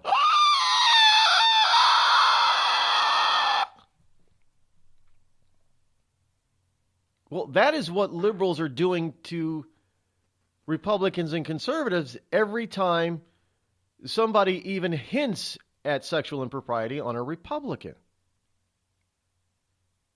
Now, I get the fact that they say that Republicans, they tend to take the higher moral ground. I get it. But the worst part is when you have all of these liberal Democrats who run around accusing conservatives and Republicans and then demanding that they recuse themselves or they resign and that they go away and hide under a rock never to be seen again, when they're doing exactly the same thing. They're doing it more often, and they're doing it in worse fashion than those that they are accusing. Now, we heard that Donald Trump should pull out of the race because he talked about groping a woman. Just talked about it. And notice as hard as they might, and they tried to find women, because Donald Trump was what? He was part of the beauty contest stuff. Was it the Miss America, Miss Universe, whichever one it was. And they tried to get all of those former beauty pageant women to come out and say something against Donald Trump. Now, a few of them said, yeah, well, Donald looked at me strangely, or, he bumped into me. I thought it was kind of, strange, odd. But they couldn't find anybody who was credible who actually accused Donald Trump of actually doing what he talked about with Billy Bush. But they kept saying, well, he must have. He had to have. Look what he said. He's a misogynist, and he hates women, and he mistreats women. And there was even an expose of Melania Trump when you had some liberal female supposed experts trying to point out the fact that Melania Trump was exhibiting typical and classic abused wife syndrome. I guess they call it a syndrome now. Oh, look at when Donald Trump looks at her, she smiles. As soon as he turns away from her, she's frowning again. That is a pure sign of pure domestic abuse. We got all that stuff. And now, as it turns out, this started in October? September? We're not even really 2 months into this, and the floodgates have just opened on liberals. And now I know people are saying, Rod, why are you hammering on this? Because I'm trying to show just how hypocritical these people are. I'm trying to show just how mean, cruel, and evil they are. And it's not just with men doing things to women, but it's also the pedophilia ring. Well, I'm a big anti-pedophilia person here, man. You just don't know.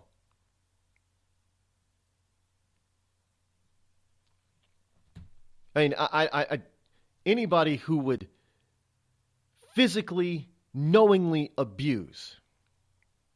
Now, I get the fact that, that there are some kids who look older, or there are some kids that actually pursue. Believe it or not, there are kids that pursue, adults, and they pursue hard.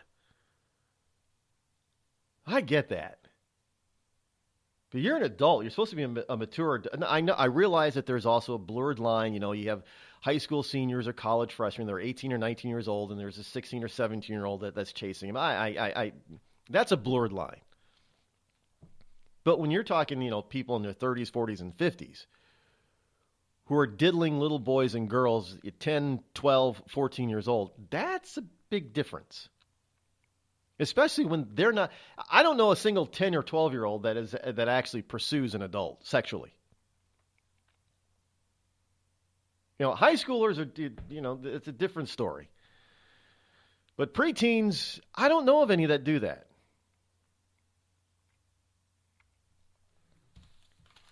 So, yeah, it's terrible. But what makes it even more terrible is that those are the people that are pointing fingers, especially at Republicans and conservatives. And as I've said time and time again, pay attention to those people who are pointing fingers. Now, I'm not pointing fingers at anybody. I'm just telling you what is already who is being accused and what the ratio is. I'm pointing out the hypocrisy. These people are just absolutely insane with hypocrisy. The latest to be accused is not Al Franken. He's a couple of days old now. Now we've got Charlie Rose, who's been accused, but even he's not the latest. I know it was just, over the weekend, a couple of days ago, Sunday, that we get Charlie. This is the first hint that I heard of Charlie Rose being accused of sexual impropriety. Oh, no. Now we've got two new ones. We've got a former A-lister, Melissa Gilbert, accusing Oliver Stone of sexual harassment. Now, I wonder how many women are going to come out against Oliver Stone now. Again, he's a big actor. He's an actor's director. Like Roman Polanski and a couple of others. He's look at his body of work, man. Like as if we're supposed to automatically forgive them because of the work that they've done over their lifetime. And I love how they always say body of work when it comes to those in the entertainment industry. Like we're supposed to give these people a pass because they've made us laugh, cry, or feel fear like we've never felt it before. That's no reason or excuse to give them a pass, but this is why the left wants to give them a pass. So Melissa Gilbert is out there accusing Oliver Stone of sexual harassment. She says it was humiliating and horrid. And again, note, folks, the number of child actors, especially male child actors, that once they pass through puberty and become adults, how many of them are either drug addicted or get out of acting altogether? Now, obviously, all of them weren't abused, but look at the vast numbers that were.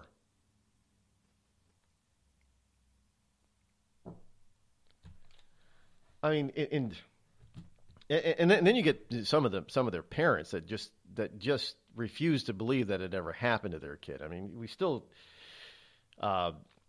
Corey Haim's mother is still in denial. You have people questioning, and he won't talk about it. Macaulay Culkin, remember when he was Little Mac? He won't talk about it. And you've got others that disappeared. Anybody remember Emmanuel Lewis? Yeah, where'd the hell did he go?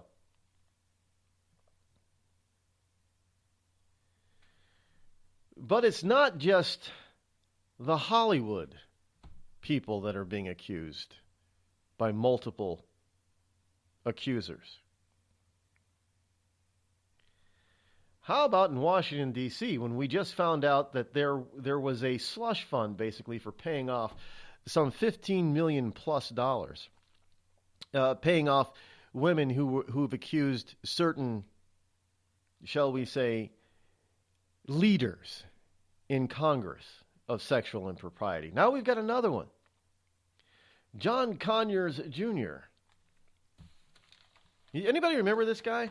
This is not the first time that Conyers has been in the headlines for doing, shall we say, unethical and misleading things. Remember, he had a big tax problem not too long ago. Remember that? Well, Democrats don't do that kind of stuff, right? But he's the longest-serving member of the House of Representatives. He settled a wrongful dismissal complaint back in 2015 with a former employee who alleged she was being fired because she would not succumb to his sexual advances. Now Conyers is rather advanced in age. And so there aren't many women that would probably find him attractive. But because he has power and influence, you think maybe that he would try to force women? Well, evidently somebody's accused him of doing just that, and when she did not capitulate, she claims that he fired her.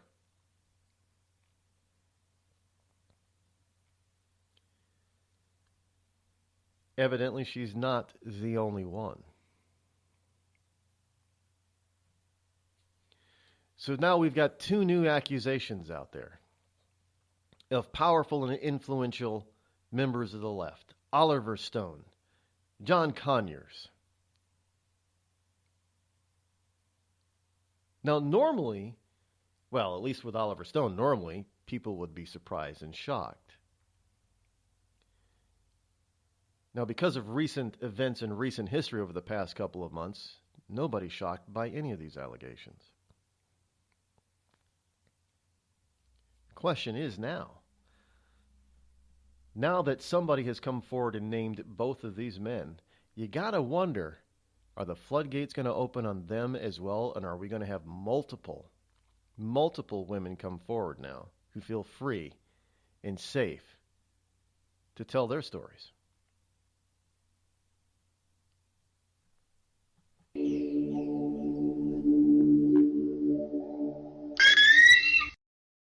I'm not Rod Eccles, and I approve this message. Tired of paying outrageous prices for Viagra? Well, we have great news for you. Now you can finally get Viagra at huge discounts. Healthy Man allows you to save up to $500 on Viagra. Why pay U.S. pharmacy prices of $15 per pill or more when you can get Viagra for less than $3 a pill? Call today and get 40 Viagra pills for only $99. This can cost as much as $600 at your local pharmacy. You can't afford not to call us. If you want Viagra at the lowest prices, never pay $15 a pill pharmacy prices again. Get Viagra for less than $3 a pill. Call 800-595-2614 today and save up to $500 and get 40 pills for just $99. Healthy Man is fast, easy, and affordable. Operators are waiting at 595-2614 to take your call now. Call 800-595-2614. That's 800-595-2614. Again, 800-595-2614. We've all heard of male enhancement, but now there's an expert on true male enhancement in the areas that really count. In Herb Ellis's book, Husband 2.0, Real Male Enhancement, you'll find answers to questions like, why doesn't she want to have sex? A quick start, quick results workout guide, plus what you can do as a side hustle to make money now. With all the great tips in this book, every man can benefit. Get the book, Husband 2.0, Real Male Enhancement, on Amazon.com. It started with a knock, but it wouldn't end there. What happens in the story next, many wouldn't understand, and most wouldn't believe. 5 + 2 = Perfection by Samuel Rosette Jr. is a must-read. The scriptures within are reminders of the ancient past, and yet intriguingly infuses with texts which stand on the edge of the stage of relevancy. Available online at Westbow Press, Amazon, Books A Million, Barnes & Noble, and SamuelRosetteJr.com. A couple of weeks ago, a long-haired young person came into our bank and said, "I'll bet you're a Nazi." Well, I love America, support the Constitution, and believe in capitalism. So I told him I'm not a Nazi, and I'm not. So what happens? The punk breaks out 2 windows and pepper sprays an elderly woman in the face. You know, there's one thing about long-haired young people nowadays. They're real assholes. Long-haired young people. You suck.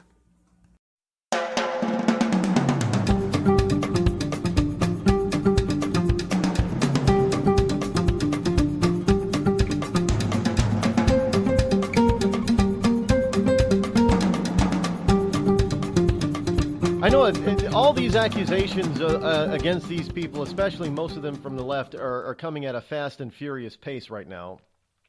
And I did say that once all this came out about Weinstein, that the floodgates were probably going to open up now, because now you have a big. I mean, you know, we've had politicos like Weiner accused and now in jail for his sexual improprieties, and you know, and it started with Clinton, really, it did, but people were afraid to come forward because of what the left did to those women on Clinton, and now all of a sudden, We got Harvey Weinstein. You had some A-list actors, some powerful liberal actresses talk about what Weinstein did to them.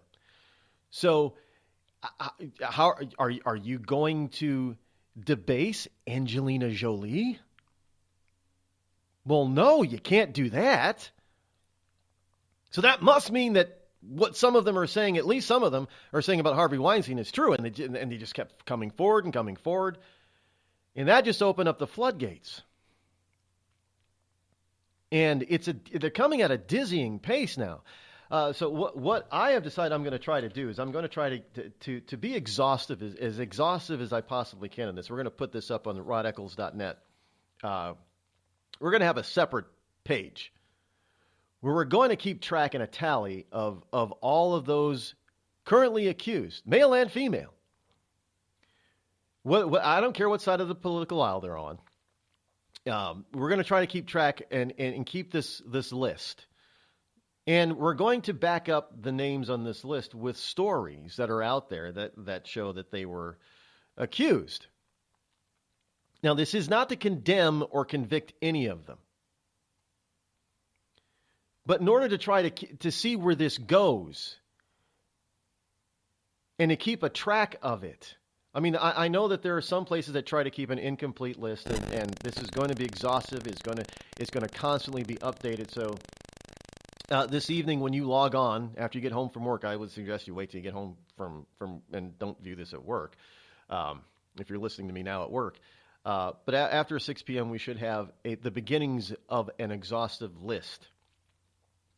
And you will see for yourself the ratio. Now, it just seems like you get 5 or 10 liberals that get accused, then they have to throw in a Republican. You know, George Herbert Walker Bush. Again, there's accusations of President Bush 41 doing inappropriate things. I think there was even an accusation out there about W, 43. But nobody believes it. I don't know why. Maybe because they think that W is too stupid to do it, I guess. I don't know. But we have so far, what we've got a list, incomplete list out there all over the place. So we're going to try to make sure that they're more exhaustive. By the way, Lockhart Steele, who was the editorial director for Vox Media, was fired recently. There's another woman that's come forward against Lockhart Steele. And he's not an old guy. He's like 34. He's a millennial. There aren't many millennials on this list, by the way. That's probably because women don't have. I'm not gonna say they don't have the guts, but women they're probably too afraid of women. But another guy, you don't have to be an actor and you don't have to be a politician. Evidently, John Besh, a celebrity chef, so far has about more than 24 current and former female employees accusing him of sexual harassment in his company that he founded. Now, here's another guy stepping down from the company that he founded. Which is why I'm asking, where is this going to lead, and when is it going to end? When are the floodgates going to close on this? When are the American people, and when are liberals just going to, every day John and Jane Doe, liberal, going to say enough is enough? I mean, another woman comes out against Al Franken. Oh, yeah. Well, he groped me, put his hand on my butt. Full hand, not just a pinch, but a full hand while we were taking a picture. And Al Franken is out there. Well, he's already. I don't remember it that way. Is that the new defense now? They're going to all they have to do is say, "Well, I don't remember it that way," and then it'll make everything all better. Well, this is in 2010. 2 years after he was elected, I do believe.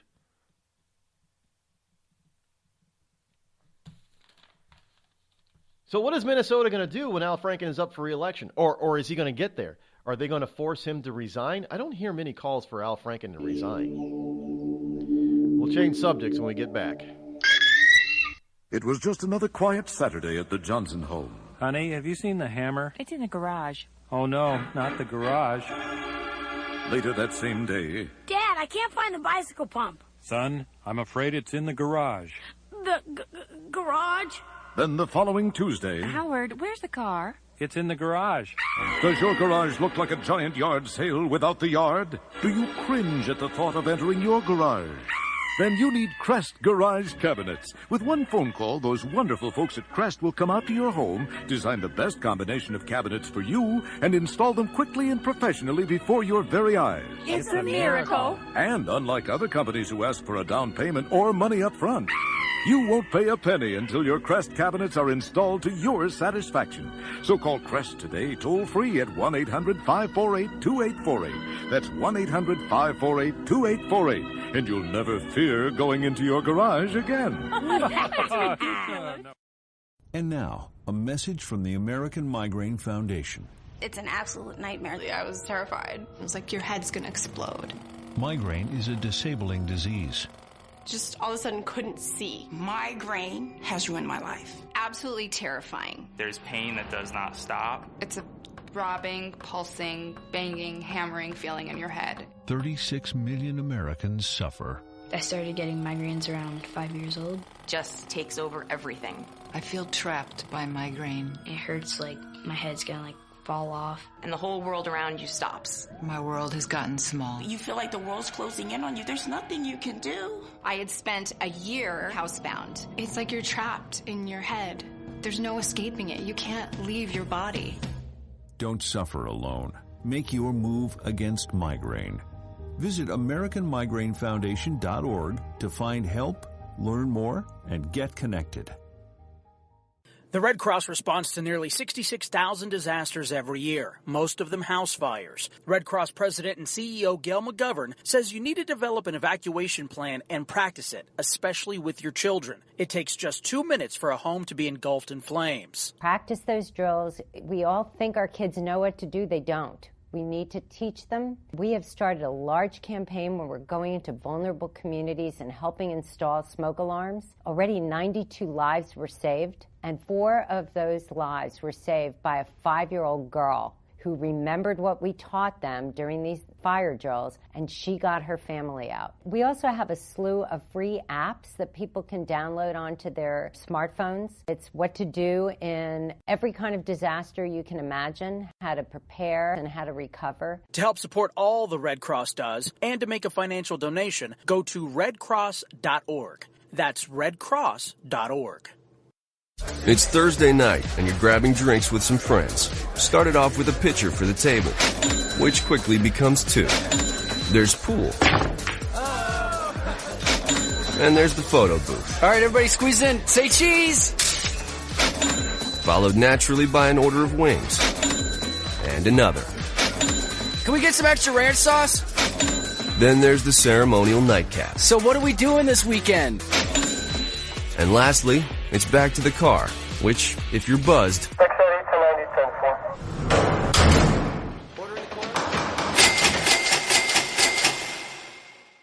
could be the most expensive night of your life. Getting pulled over for buzz driving could cost you around $10,000 in fines, legal fees, and increased insurance rates. Nothing kills a buzz like getting pulled over for buzz driving, because buzz driving is drunk driving. Brought to you by the National Highway Traffic Safety Administration and the Ad Council.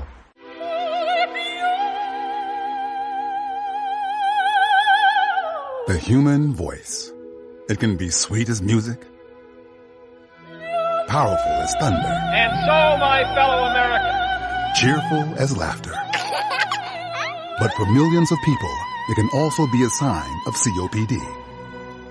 This serious lung disease can make it so hard to breathe, you often can't catch a breath or finish a sentence, let alone carry a tune. And many who have COPD don't even know it. That's where your voice comes in. If you think you or a loved one have symptoms, talk with a healthcare provider. Early diagnosis can mean better treatments and quality of life. Join us in raising our voices. for the millions with COPD who can't. Learn more, breathe better at NIH.gov.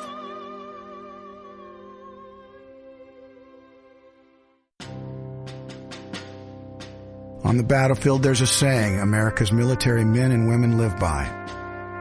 Never leave a fallen warrior behind. Ever. Off the battlefield, Wounded Warrior Project operates with the same goal. We leave no warrior behind. Wounded Warrior Project is a non-profit organization created to help our men and women returning home with the scars of war. Whether those scars are physical or mental, we're here to make sure that they heal. And whether it's helping those with post-traumatic stress disorder live a normal life again, or giving much-needed support to injured warriors in veterans' hospitals. Because no one deserves our help more than the men and women who risk their lives to keep us safe. Wounded Warrior Project. We never leave a fallen warrior behind. Ever.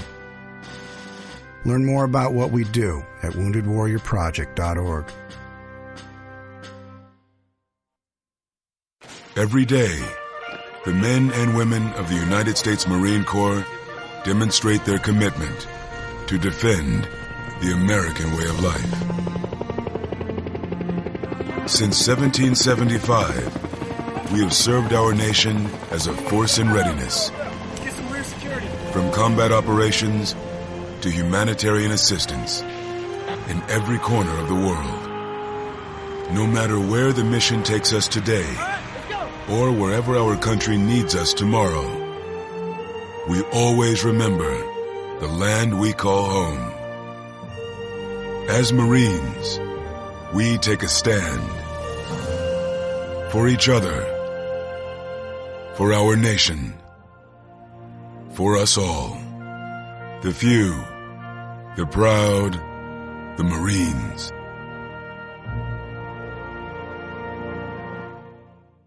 You want to know what time it is? It's time to bring the rain. Zinc Media. Feel the power of knowledge.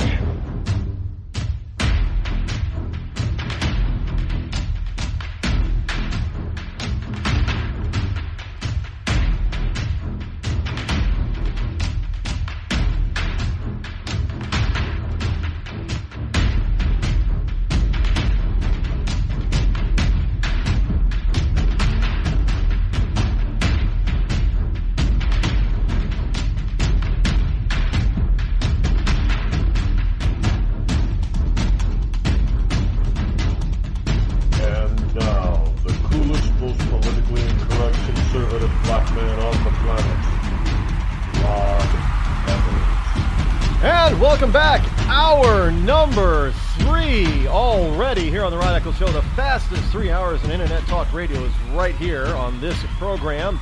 Welcome back on this Tuesday, November number 21 in the year of our Lord 2017, Thanksgiving week. Yes, indeed, all of you ecclesiastites and liberty lovers all across the globe will be celebrating thanks and giving thanks in a couple of days. So that means that tomorrow is the last live program of this week. So it will, on top, it's going to be a busy show tomorrow. We've got the Intel report, and Agent 0010 is telling me that he is chomping at the bit to give you this week's report. It's going to be an eye-opener for many of you. Now, I got to admit, this guy, you want to talk about an accuracy rating? We are ahead of the curve here. This little program, which is growing right now by leaps and bounds, especially the website. Thank you all for visiting the website. The numbers on the website are starting to go through the roof. By the way, there is a new Drive with Rod episode up. A weekly episode of that is now up, so you probably want to check that out at rodeccles.net. But the Intel report is... All I can say is that God put this man in my path for a reason. And he won't do this. But I do know that he is open to giving interviews on other programs. So I know that there are other program coordinators and hosts out there that listen to this program as well. Hell, I've proven that they've done that in the past by what they've said, and people have even gypped me. Yes, I have been gypped before. I've even had some pretty nasty stuff written about me in local lamestream medias, especially if I go someplace where I'm going to give a keynote address. I remember, is it last year I was in Hilton Head? And there were a couple of articles written about me when I was appearing in Hilton Head. And I remember, somebody at the time she was working with me, she pointed this out and said, "This is terrible. Can you believe? What are you going to do about this?" I'm like, "I'm not going to do anything about it. It's going to happen. It means I'm telling the truth and I'm being effective. This kind of negative stuff is going to happen. I mean, just like a Russian basically calling me a bitch on Twitter. It's going to happen. I've got thick skin. But if you're out there and you want to get a hold of this guy and maybe talk about certain things that he would probably know about, because I know I tease him about this, but he is a former government spook, as we like to call them. And he spent, a few decades doing this type of work. So he's already proven time and time again how factual and accurate he is in his reports.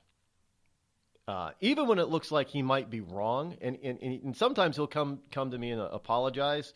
He said, "It looked like I was wrong about this, but if we just wait a few days," he's like, "I was right." I said, "Yeah, I know. I trust you."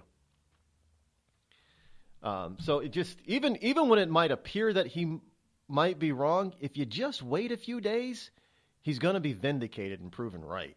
So you're probably not going to want to miss tomorrow's episode of the Intel Report.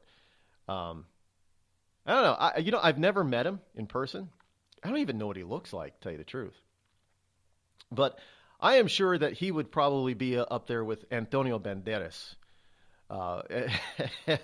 as my man crush. Yeah, I would go out and have a beer or a scotch. Yeah, I'm getting serious now. I'd go out and have a good scotch with this guy. I really would. I'm not sure if he's allowed out in public or not, but or if it's safe for him to go out in public.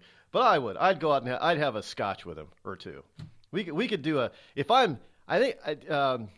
Agent, if I'm ever in your area in town, I'm not going to say where he's located, but if I'm ever in your town, we could do a bar crawl together. I'm sure we'd have a blast. In any case, yeah, tomorrow's Intel Report, and it is going to be, because it is the last show of the week, live show. It is going to be open mic Friday on Wednesday. Now you're going to want to listen over the weekend, as it were, on Thursday and Friday. Thursday you should probably spend time with your family, but definitely on Friday you should probably tune into a best of show. Going to bring back an episode from a little while ago, not too long ago, about a year ago. It's uncanny how right I am as well. So so that's what's on tap for Thursday and Friday during the holiday break, and then we'll be back here bright and early on time on Monday of next week as we start the official launch of the holiday season. Speaking of which, if you have Christmas songs, original Christmas songs, don't forget.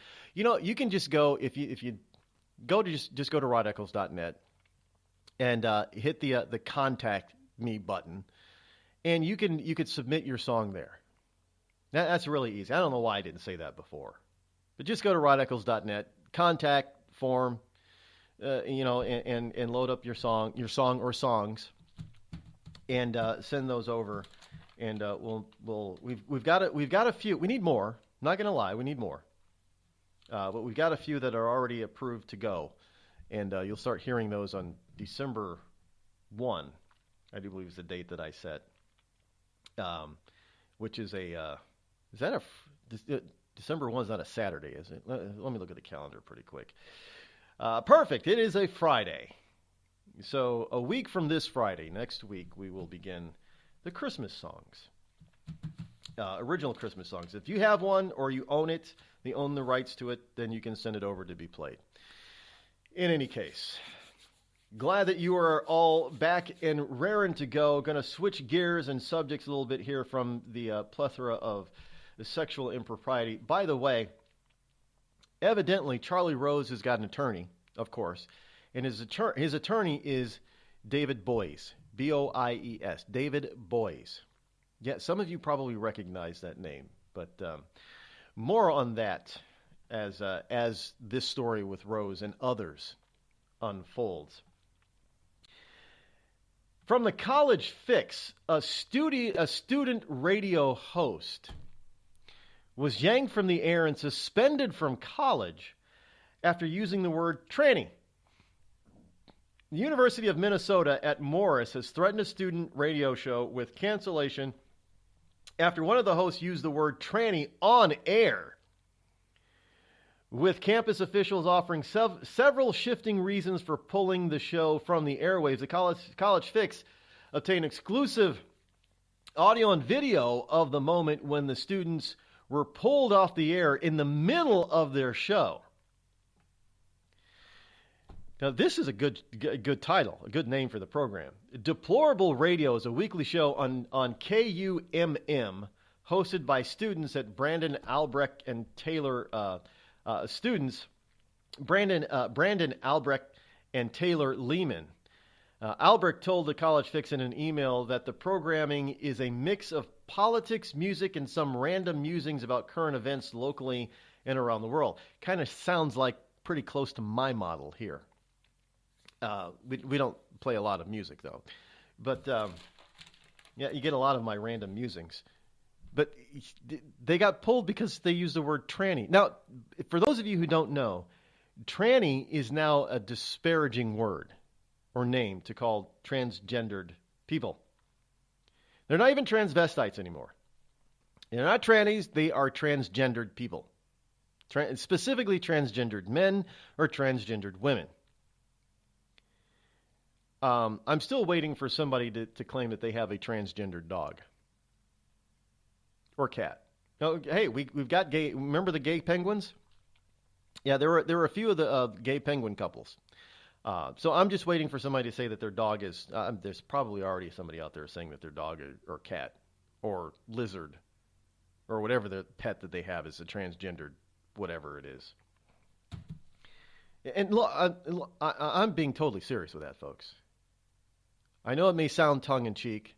I'm being serious about it. You just mark my words. Now, I haven't seen it. Doesn't mean it's not already out there, but I haven't seen a story about it yet. But somebody is going to come out and say that they have a transgendered pet. And that is going to give rise to the notion that this is a natural thing.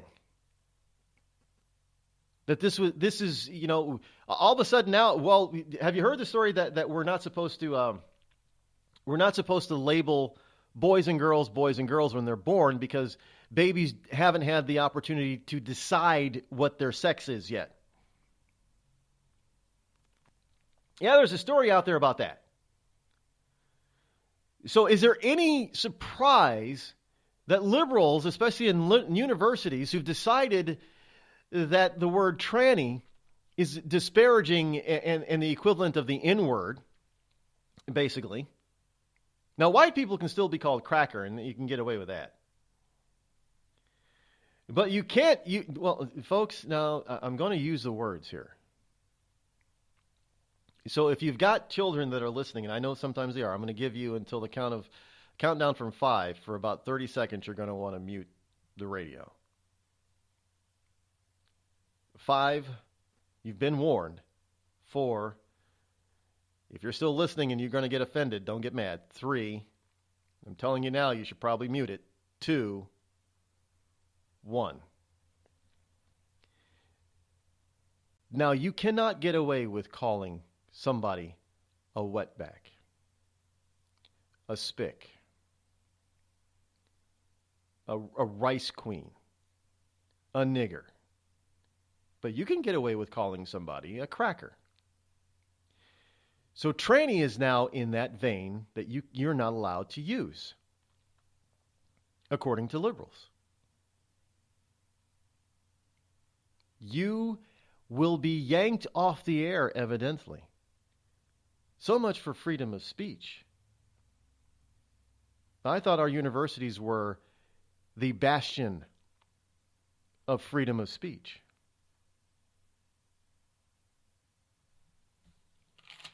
And here you have it, that these two college students are being yanked off the air because one of them used the word tranny. Now, it doesn't really matter if he was disagreeing with the lifestyle or not. The point is that the left has decided that this is not an appropriate word for you to use anymore. When it was normally used for these people, it used to be fine. Now, all of a sudden, it's not fine. Because I'm telling you right now, they want to normalize it. And in order for something to be normalized, it has to have rules. And the rules are that you have to do or say certain things about these people because they're normal people like you and me. I don't know any mental health professional that's worth their weight in salt or mud or air that is going to agree that somebody who wants to be the opposite sex and goes through such horrendous and horrific surgeries and drug therapies in order to be the opposite sex, and they still can never be the opposite sex, they don't have something mentally disturbed about them. I mean, people are considered to be mentally disturbed for just about anything and everything, but when it comes to this sort of deviant behavior, that's normal. And to prove that it's normal, you can't disparage people by calling them names that they do not want to be called anymore. And tranny is now that word. Sort of goes along with the, maybe this is perfect timing. The FCC, according to Politico, plans to totally repeal net neutrality rules. Oh, yeah, it's about damn time. Federal Communications Commission Chairman Ajit Pai will reveal plans to his fellow commissioners later today to fully dismantle the agency's Obama-era net neutrality regulations. Now, people familiar with the plan said in a major victory for the telecom industry in the long-running policy debate that the complete repeal of net neutrality rules is imminent. Good.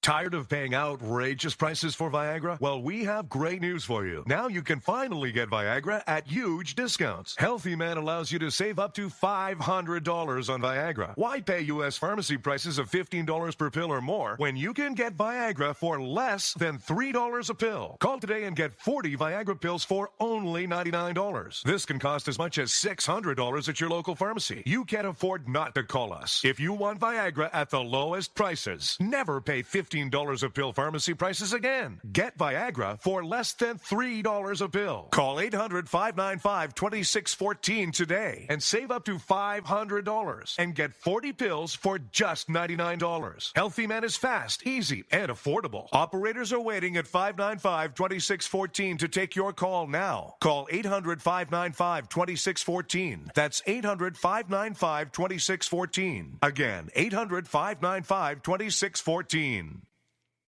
It started with a knock, but it wouldn't end there. What happens in the story next, many wouldn't understand, and most wouldn't believe. 5 + 2 = Perfection by Samuel Rosette Jr. is a must-read. The scriptures within are reminders of the ancient past, and yet intriguingly infuses with texts which stand on the edge of the stage of relevancy. Available online at Westbow Press, Amazon, Books A Million, Barnes & Noble, and SamuelRosetteJr.com.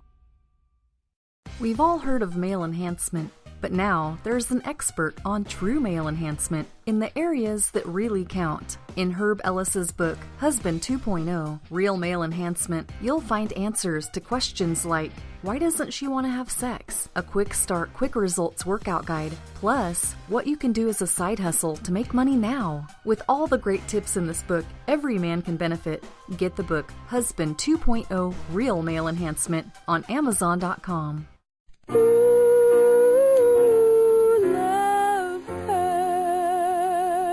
Yes, love hurts. It can hurt emotionally, but more important, it can also hurt you physically. It can hurt you in a way which nobody who owns a hot tub and lives in California can afford to be unaware of. Yes, I'm talking about California hot tub rectal gonorrhea. This painful, incurable disease can make an enjoyable soak in a hot tub with family, friends, and dog into a literally unforgettable experience.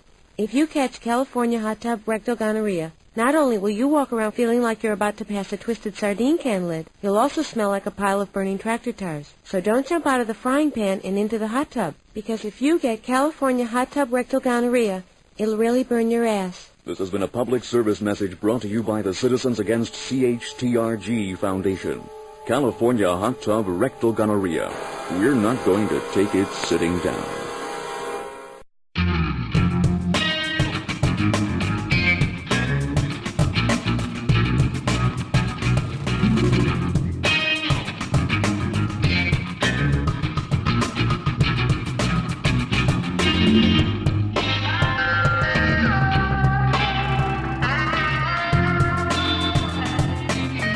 Welcome back. It is now time for the holidays of today. It is, well, there are some interesting holidays today. There are. I know. We go through this on a daily, try to go through this on a daily basis with some of the holidays, and some of them are kind of surprising, and some of them make you go, huh?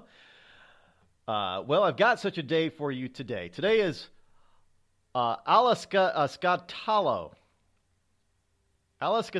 Day, Alaskattalo. Never heard of such a thing. Well, what is it? Well, Alaskatalo is a provisional designation. It is a stony flora asteroid from the inner regions of the asteroid belt. It was discovered on April 2nd in 1926 by German astronomer Karl Reinmuth.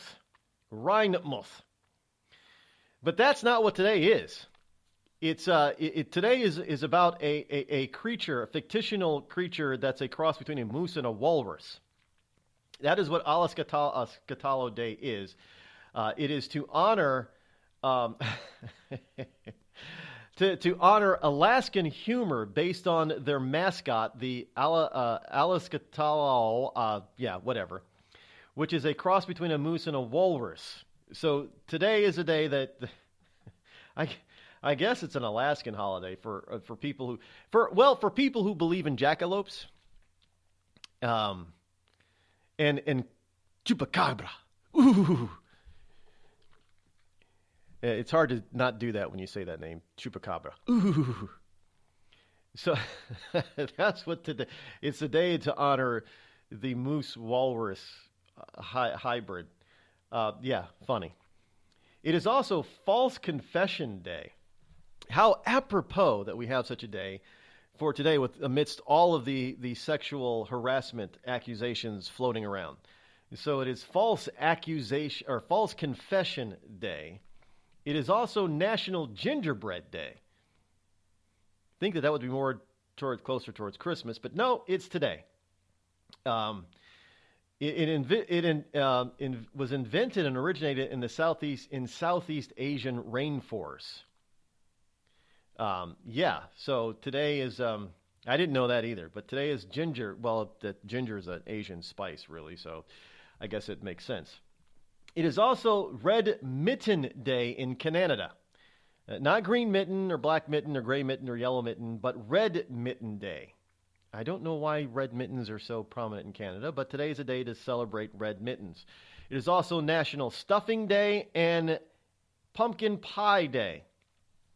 You think that would be more like on Thursday, on Thanksgiving Day. It is also World Hello Day. Not much information about that one, but it's a day where you're supposed to run around and say hello to a stranger. I guess. It's World Hello Day. So if you take a trip to some of the spy cities that we've mentioned earlier, then you'd have to say hello to all the locals. Just walk up to them and say, hello. I guess you're supposed to say, hello world. With that in mind, it is also World Television Day. I'm not sure I'd want to celebrate, have a celebration about a day that surrounds the television, the good old boob tube. But if you want to subjugate your people, get them hooked on television. Hey, just look around. Look at Americans. Man, we're attached at the hip to our TVs. In fact, we're so attached to our TVs now that we carry them with us in our pocket. Yeah, cell phones now act as TVs. And iPads and other tablets act as TVs. So give a thumb up to World Television Day. And those are your holidays for today, November 21st. Enjoy. Celebrate responsibly. You might be surprised to learn who has Crohn's disease or ulcerative colitis. Nearly 1 in 200 Americans are suffering with a debilitating pain and constant disruption of these inflammatory bowel diseases, or IBD. Chances are you know someone with IBD. For example, your neighbor or coworker. The Crohn's and Colitis Foundation was created to help patients cope and to find a cure. People with IBD can't wait. Won't you help someone you know? Visit www.escapethestall.com today. Were you born from 1945 to 1965? People born during these years are 5 times more likely to have hepatitis C. But most people don't know they are infected. So even if you try to eat right, exercise, and take care of yourself, you can still have hepatitis C, a serious liver disease that often has no symptoms. In fact, people can live with hepatitis C for decades without feeling or looking sick. But over time, hepatitis C can cause serious health problems, including liver damage, liver failure, or even liver cancer. Getting tested is the only way to know if you're infected with hepatitis C. That's why the CDC recommends everyone born from 1945 to 1965 get a blood test for hepatitis C. Treatments are available that can cure this disease. So talk to your doctor about getting tested. It could save your life. A message from the CDC. Everyone is talking about healthcare these days. America spends twice that of other developed countries on our healthcare system, yet our health ranks near the bottom. How can we stop spending so much and getting so little? Shifting to a system based on primary care can help fix the problem. Patients with a primary care doctor live longer, healthier lives and are less likely to suffer from cancer, heart disease, or stroke. Primary care that is comprehensive and coordinated also saves money. Patients who have a primary care doctor spend 30% less on health care than patients who don't. States with a high number of primary care doctors have lower health care costs and higher quality care. Primary care can help make America healthy again. To learn more about the benefits of primary care, visit www.healthisprimary.org. This message is brought to you by America's Family Physicians. It's been called shell shock, war neurosis, and battle fatigue. Today, we call it post-traumatic stress disorder, and it affects 1 out of every 5 warriors returning from battle in Iraq and Afghanistan. The Wounded Warrior Project offers comfort and support for warriors with PTSD and all other scars of war, whether those scars are visible or hidden. Find out how to help, because for warriors, the greatest casualty is being forgotten. Please visit woundedwarriorproject.org. The Amazon's rainforest is being cut down so fast that by 2030, 55% of it could be completely wiped out. The Earth's forests can't speak up when they need help, but we can. Be the voice for those who have no voice. Visit worldwildlife.org. There's a threat targeting America. One that's growing fast, but may still be hard to see. Lyme disease. Spread by tiny ticks, often smaller than the head of a pin. This dangerous disease is now more widespread than West Nile, tuberculosis, and HIV/AIDS combined. And if left untreated, it can lead to arthritis, facial paralysis, and even memory and concentration problems, often called brain fog. As the threat of Lyme disease grows to more than 300,000 projected cases each year, it's time for us to target Lyme disease. That means checking for ticks when you've been outside, even in your own backyard. It means seeing a doctor if you experience the symptoms of Lyme disease, which can include joint pain, flu-like symptoms, fever, fatigue, or sometimes a bullseye-shaped rash. Set your sights on stopping Lyme. Learn how you can target Lyme disease at targetlyme.org. Dad, we need to talk. Can we just enjoy the drive? If you're not going to listen to me, who will we listen to? Jeffrey. Marcia Gay Harden, what? Eyes on the road, Dad. What are you doing? What are you doing in my back seat? How did you get in here? You're getting older. Not that old. Your brain's changing. It's natural. Yeah, that's what I was saying. Honey, I've got experience with this. Jeffrey, brain health is all about making the most of your brain as you age and helping to reduce some of the risks to your brain. Really? Now that's interesting. So, you'll talk to her about this, but not me. Marcia Gay Harden? Where did she go? Learn what you can do to help keep your brain healthy at brainhealth.gov. She didn't say goodbye? I mean, I would have. Visit brainhealth.gov.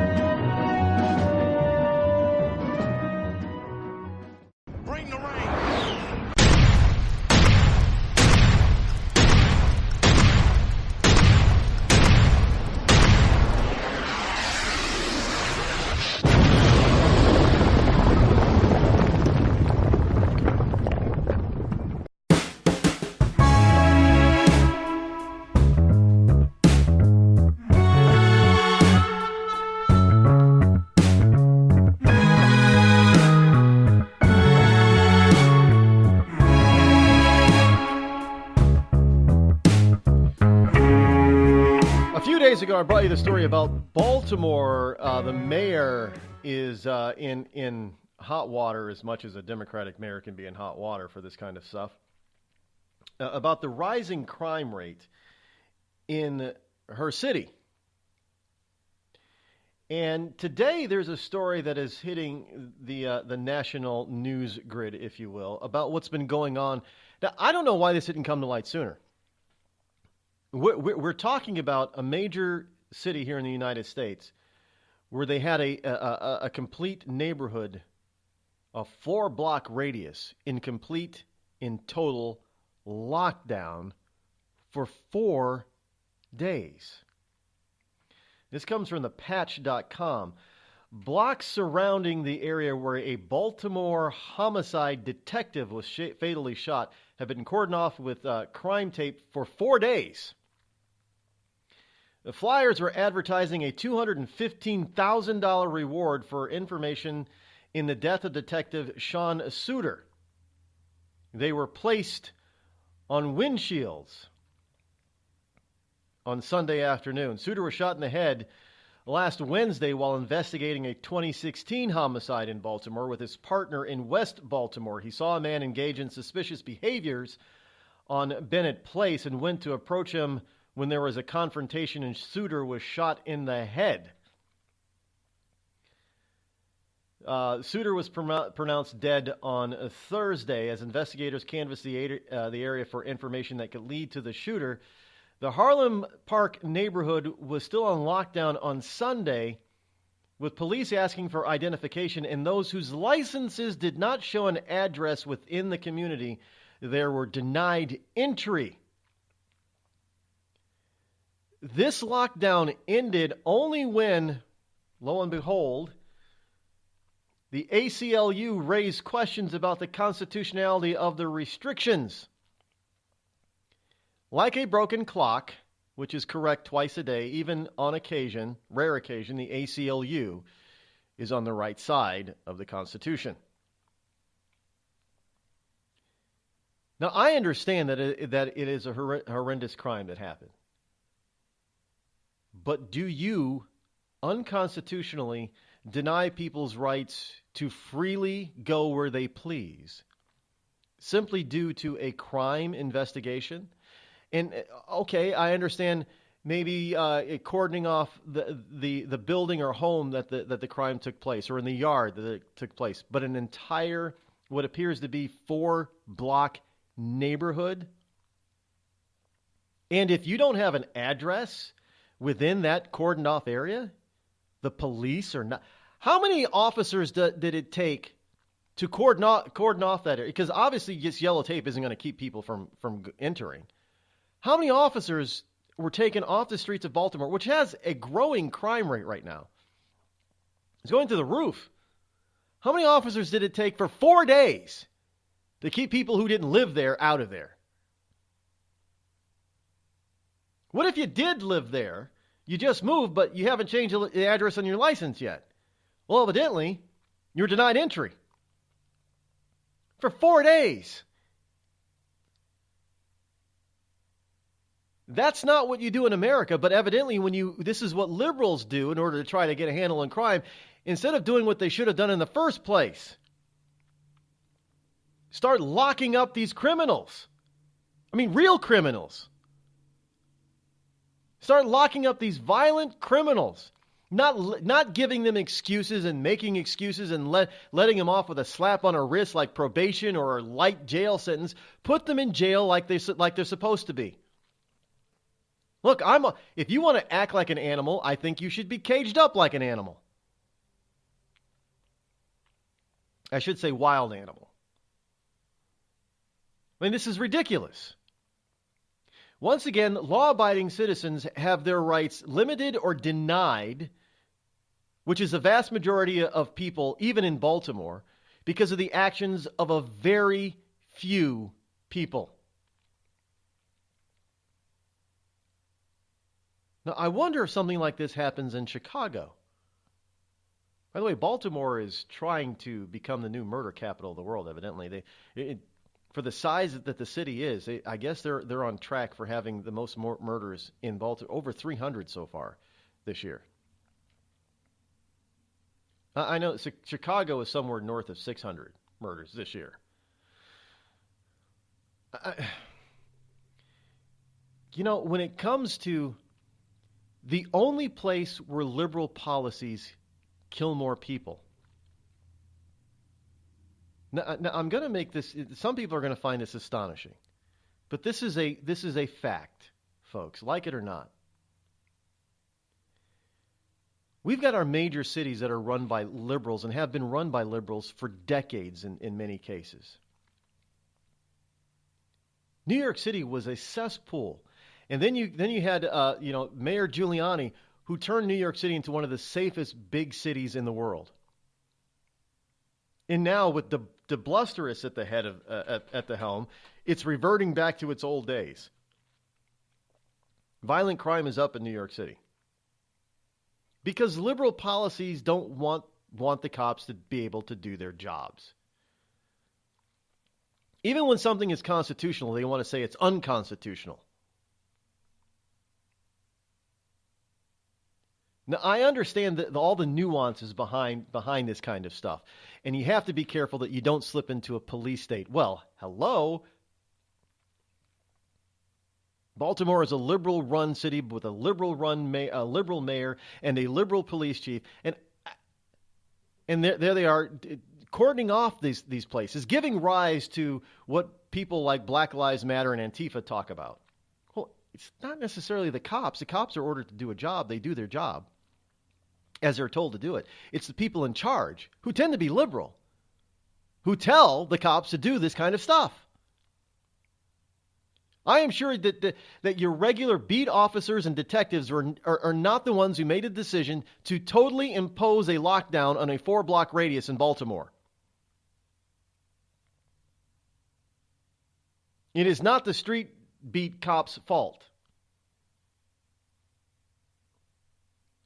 It is the fault of people who do not know how to properly police and who do not wish to fully bring down the laws of the land on those who break those laws. That's whose fault it is.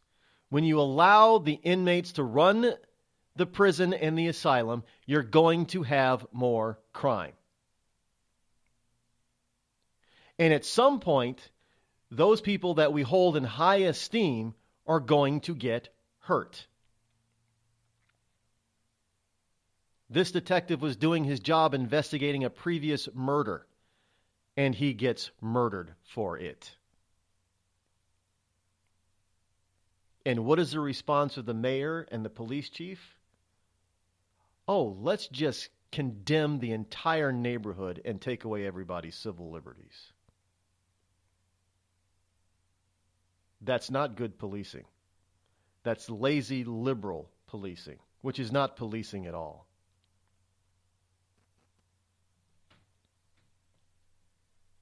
Speaking of mayors, evidently, there's a couple of big city mayors that are have their eyes on the White House. Yes, L.A. Mayor Eric Garcetti is thinking about running for the Democratic nomination for 2020's election. Now, normally, and so is DeBlusterous of New York City. DeBlusterous is taking a trip to Iowa. Usually when politicos go to Iowa and or New Hampshire during an off period in the election cycle, it usually means that they're testing the waters for a presidential run. Well, DeBlusterous, and for those of you who don't know who DeBlusterous is, he's Mayor Bill de Blasio, is going to Iowa. L.A. Mayor Garcetti, some people call him just a full-fledged racist and bigot. I believe it. He's going to. They are both thinking about and considering beating the long odds. Mayors do not tend to be elected president. I mean, we had Rudy Giuliani, the one big city mayor in a very long period of time probably had the best chance of it. Didn't make the cut and get a nomination. But I would usually like to say I wish they would run, but recent history has forced me to temper saying such things, because we almost had. I know we like to say, well, these people don't have a snowball's chance in hell. But we used to say that, and what did we had 8 years of Obama, and we almost had at least 4 years of Hillary Clinton. Is it possible, no matter how remote, that one of these guys could become the Democratic nominee and then president? Yeah. That's scary to think about. Could you imagine a President Bill de Blasio?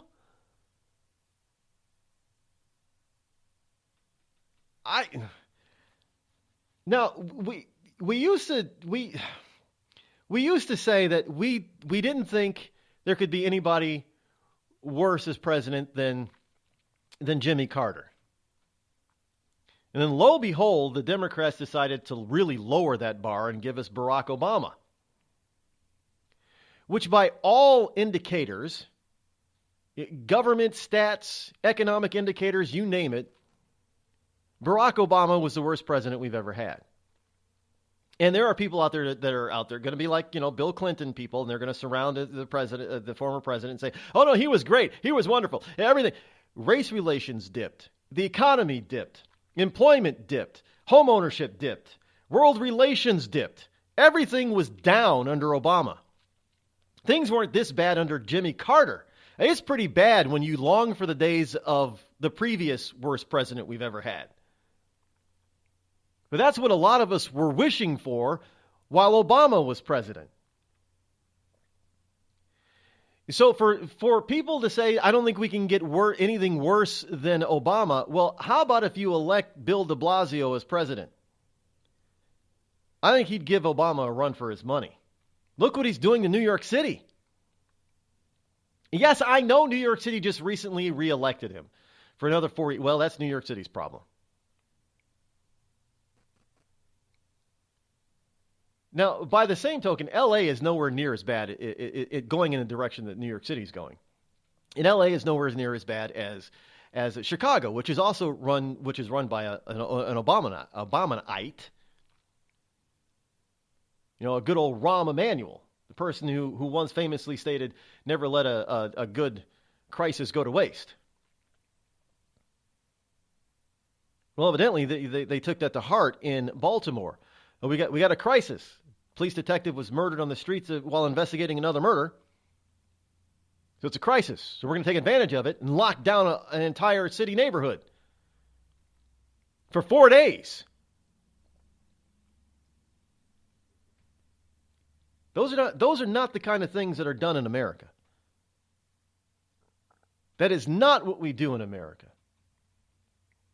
At least not in the traditional conservative America. Traditional conservative America says you don't punish the people who obey the law.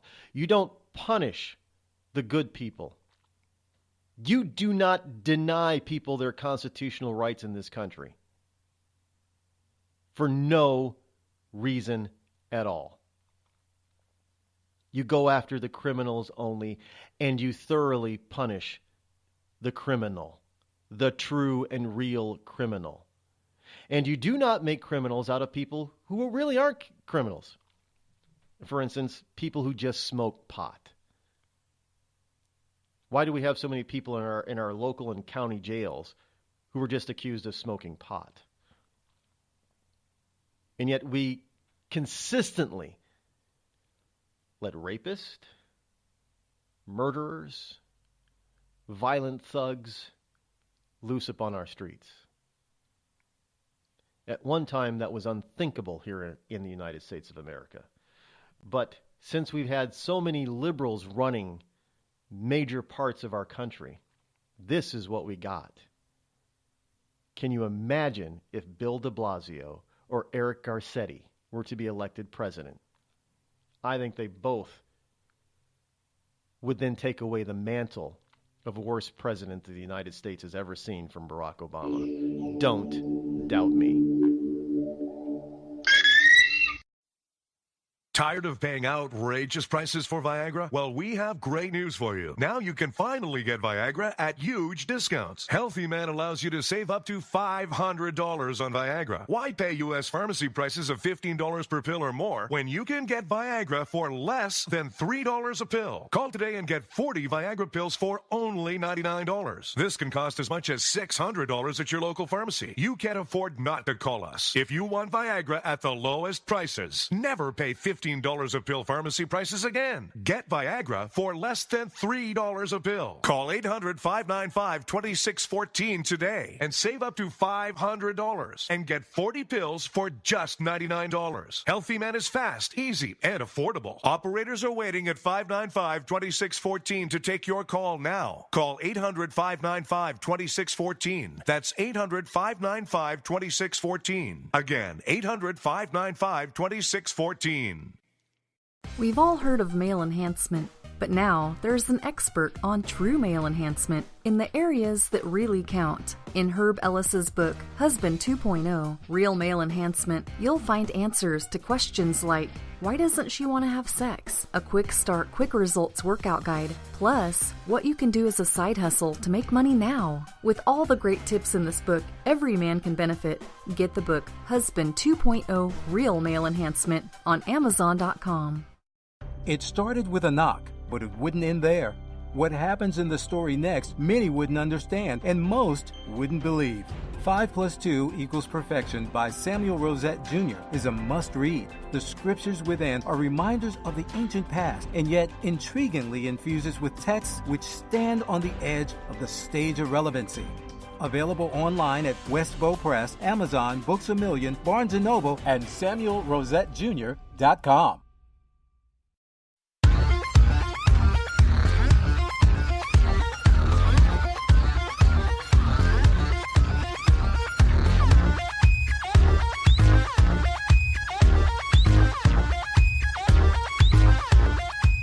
Well, folks, I think this next story just goes to prove that we probably need to change our meaning of things. Now, we have to remember during all the sexual accusations and allegations about what the Raging Cajun once said about some of a couple of the accusers of Bill Clinton. Hey, you drag a dollar bill down a trailer park. This is the kind of woman that you pick up when you drag a dollar bill down a trailer park. Yeah, so we all like to use the term trailer trash. Well, we might have to change that. Because here's a story from Bloomberg. Mobile homes are getting so expensive now that hurricane victims can't afford them. Mobile homes, otherwise known as trailers. The industry was struggling to keep up with demand even before this year's natural disasters, but now it is getting out of hand. Hurricane victims emerging from ravaged trailer parks are discovering that the U.S. mobile home market has left them behind. In Florida and Texas, for instance, dealerships are swarmed by buyers looking to rebuild their lives after Hurricane Harvey and Irma, but they may be disappointed because the price of, supply and demand type of thing, the price of these things is going through the roof. Warren Buffett's Clayton Homes, Inc. is an industry leader and is peddling such pricey interior design touches as breakfast bars and his and her bathroom sinks. These extras, according to the industry, plus manufacturers' increased costs for labor and materials have pushed the average price for new double wides up more than 20% over the past 5 years, putting them out of the reach of many of the newly homeless. For instance, last month, Judy Goff, who's a 73-year-old hardware store clerk whose double wide in Naples, Florida, was blown to bits, went to a Lee Corp Homes Inc. sales lot and wandered through the models with kitchen islands and vaulted ceilings. In the salesman's office, she got the total price, including a carport, taxes, and removal of her destroyed trailer, $140,000 for a double wide. Now, obviously, she says, I can't afford that. Talk about a way to clean up trailer trash.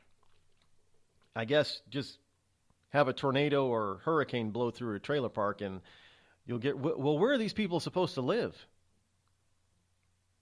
Why are mobile homes getting to be so? I've always asked that question. Why are mobile homes so expensive to begin with? They're not very well built.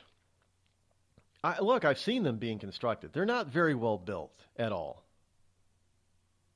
Many of them. And there are mobile homes and then there are modular homes. And those are two different kinds of homes, people.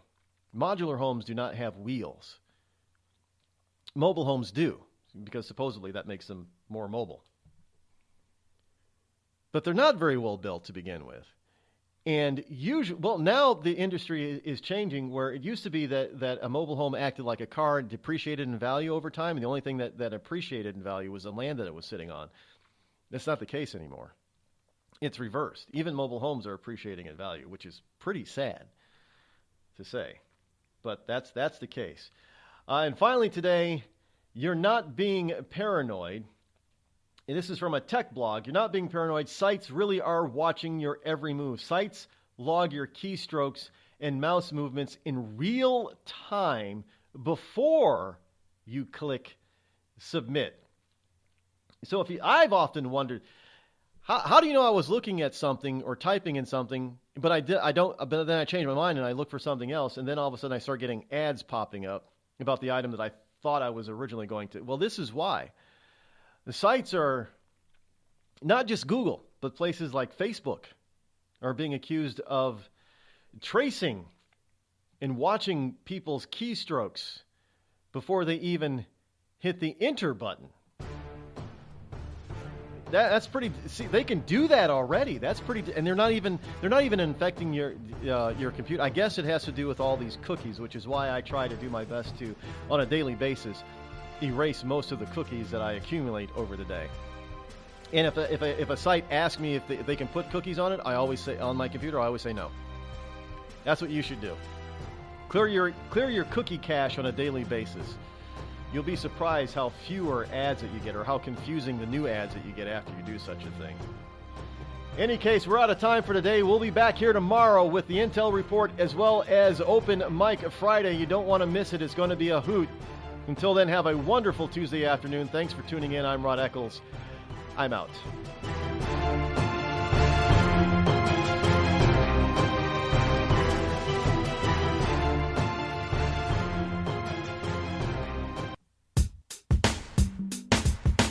Damn, it feels good to be a Clinton. Damn, it feels good to be a Clinton. A shameless politician always plays her cards right. Got a crew for the fight on the airwaves. Lapdogs in the press keep their mouths tight.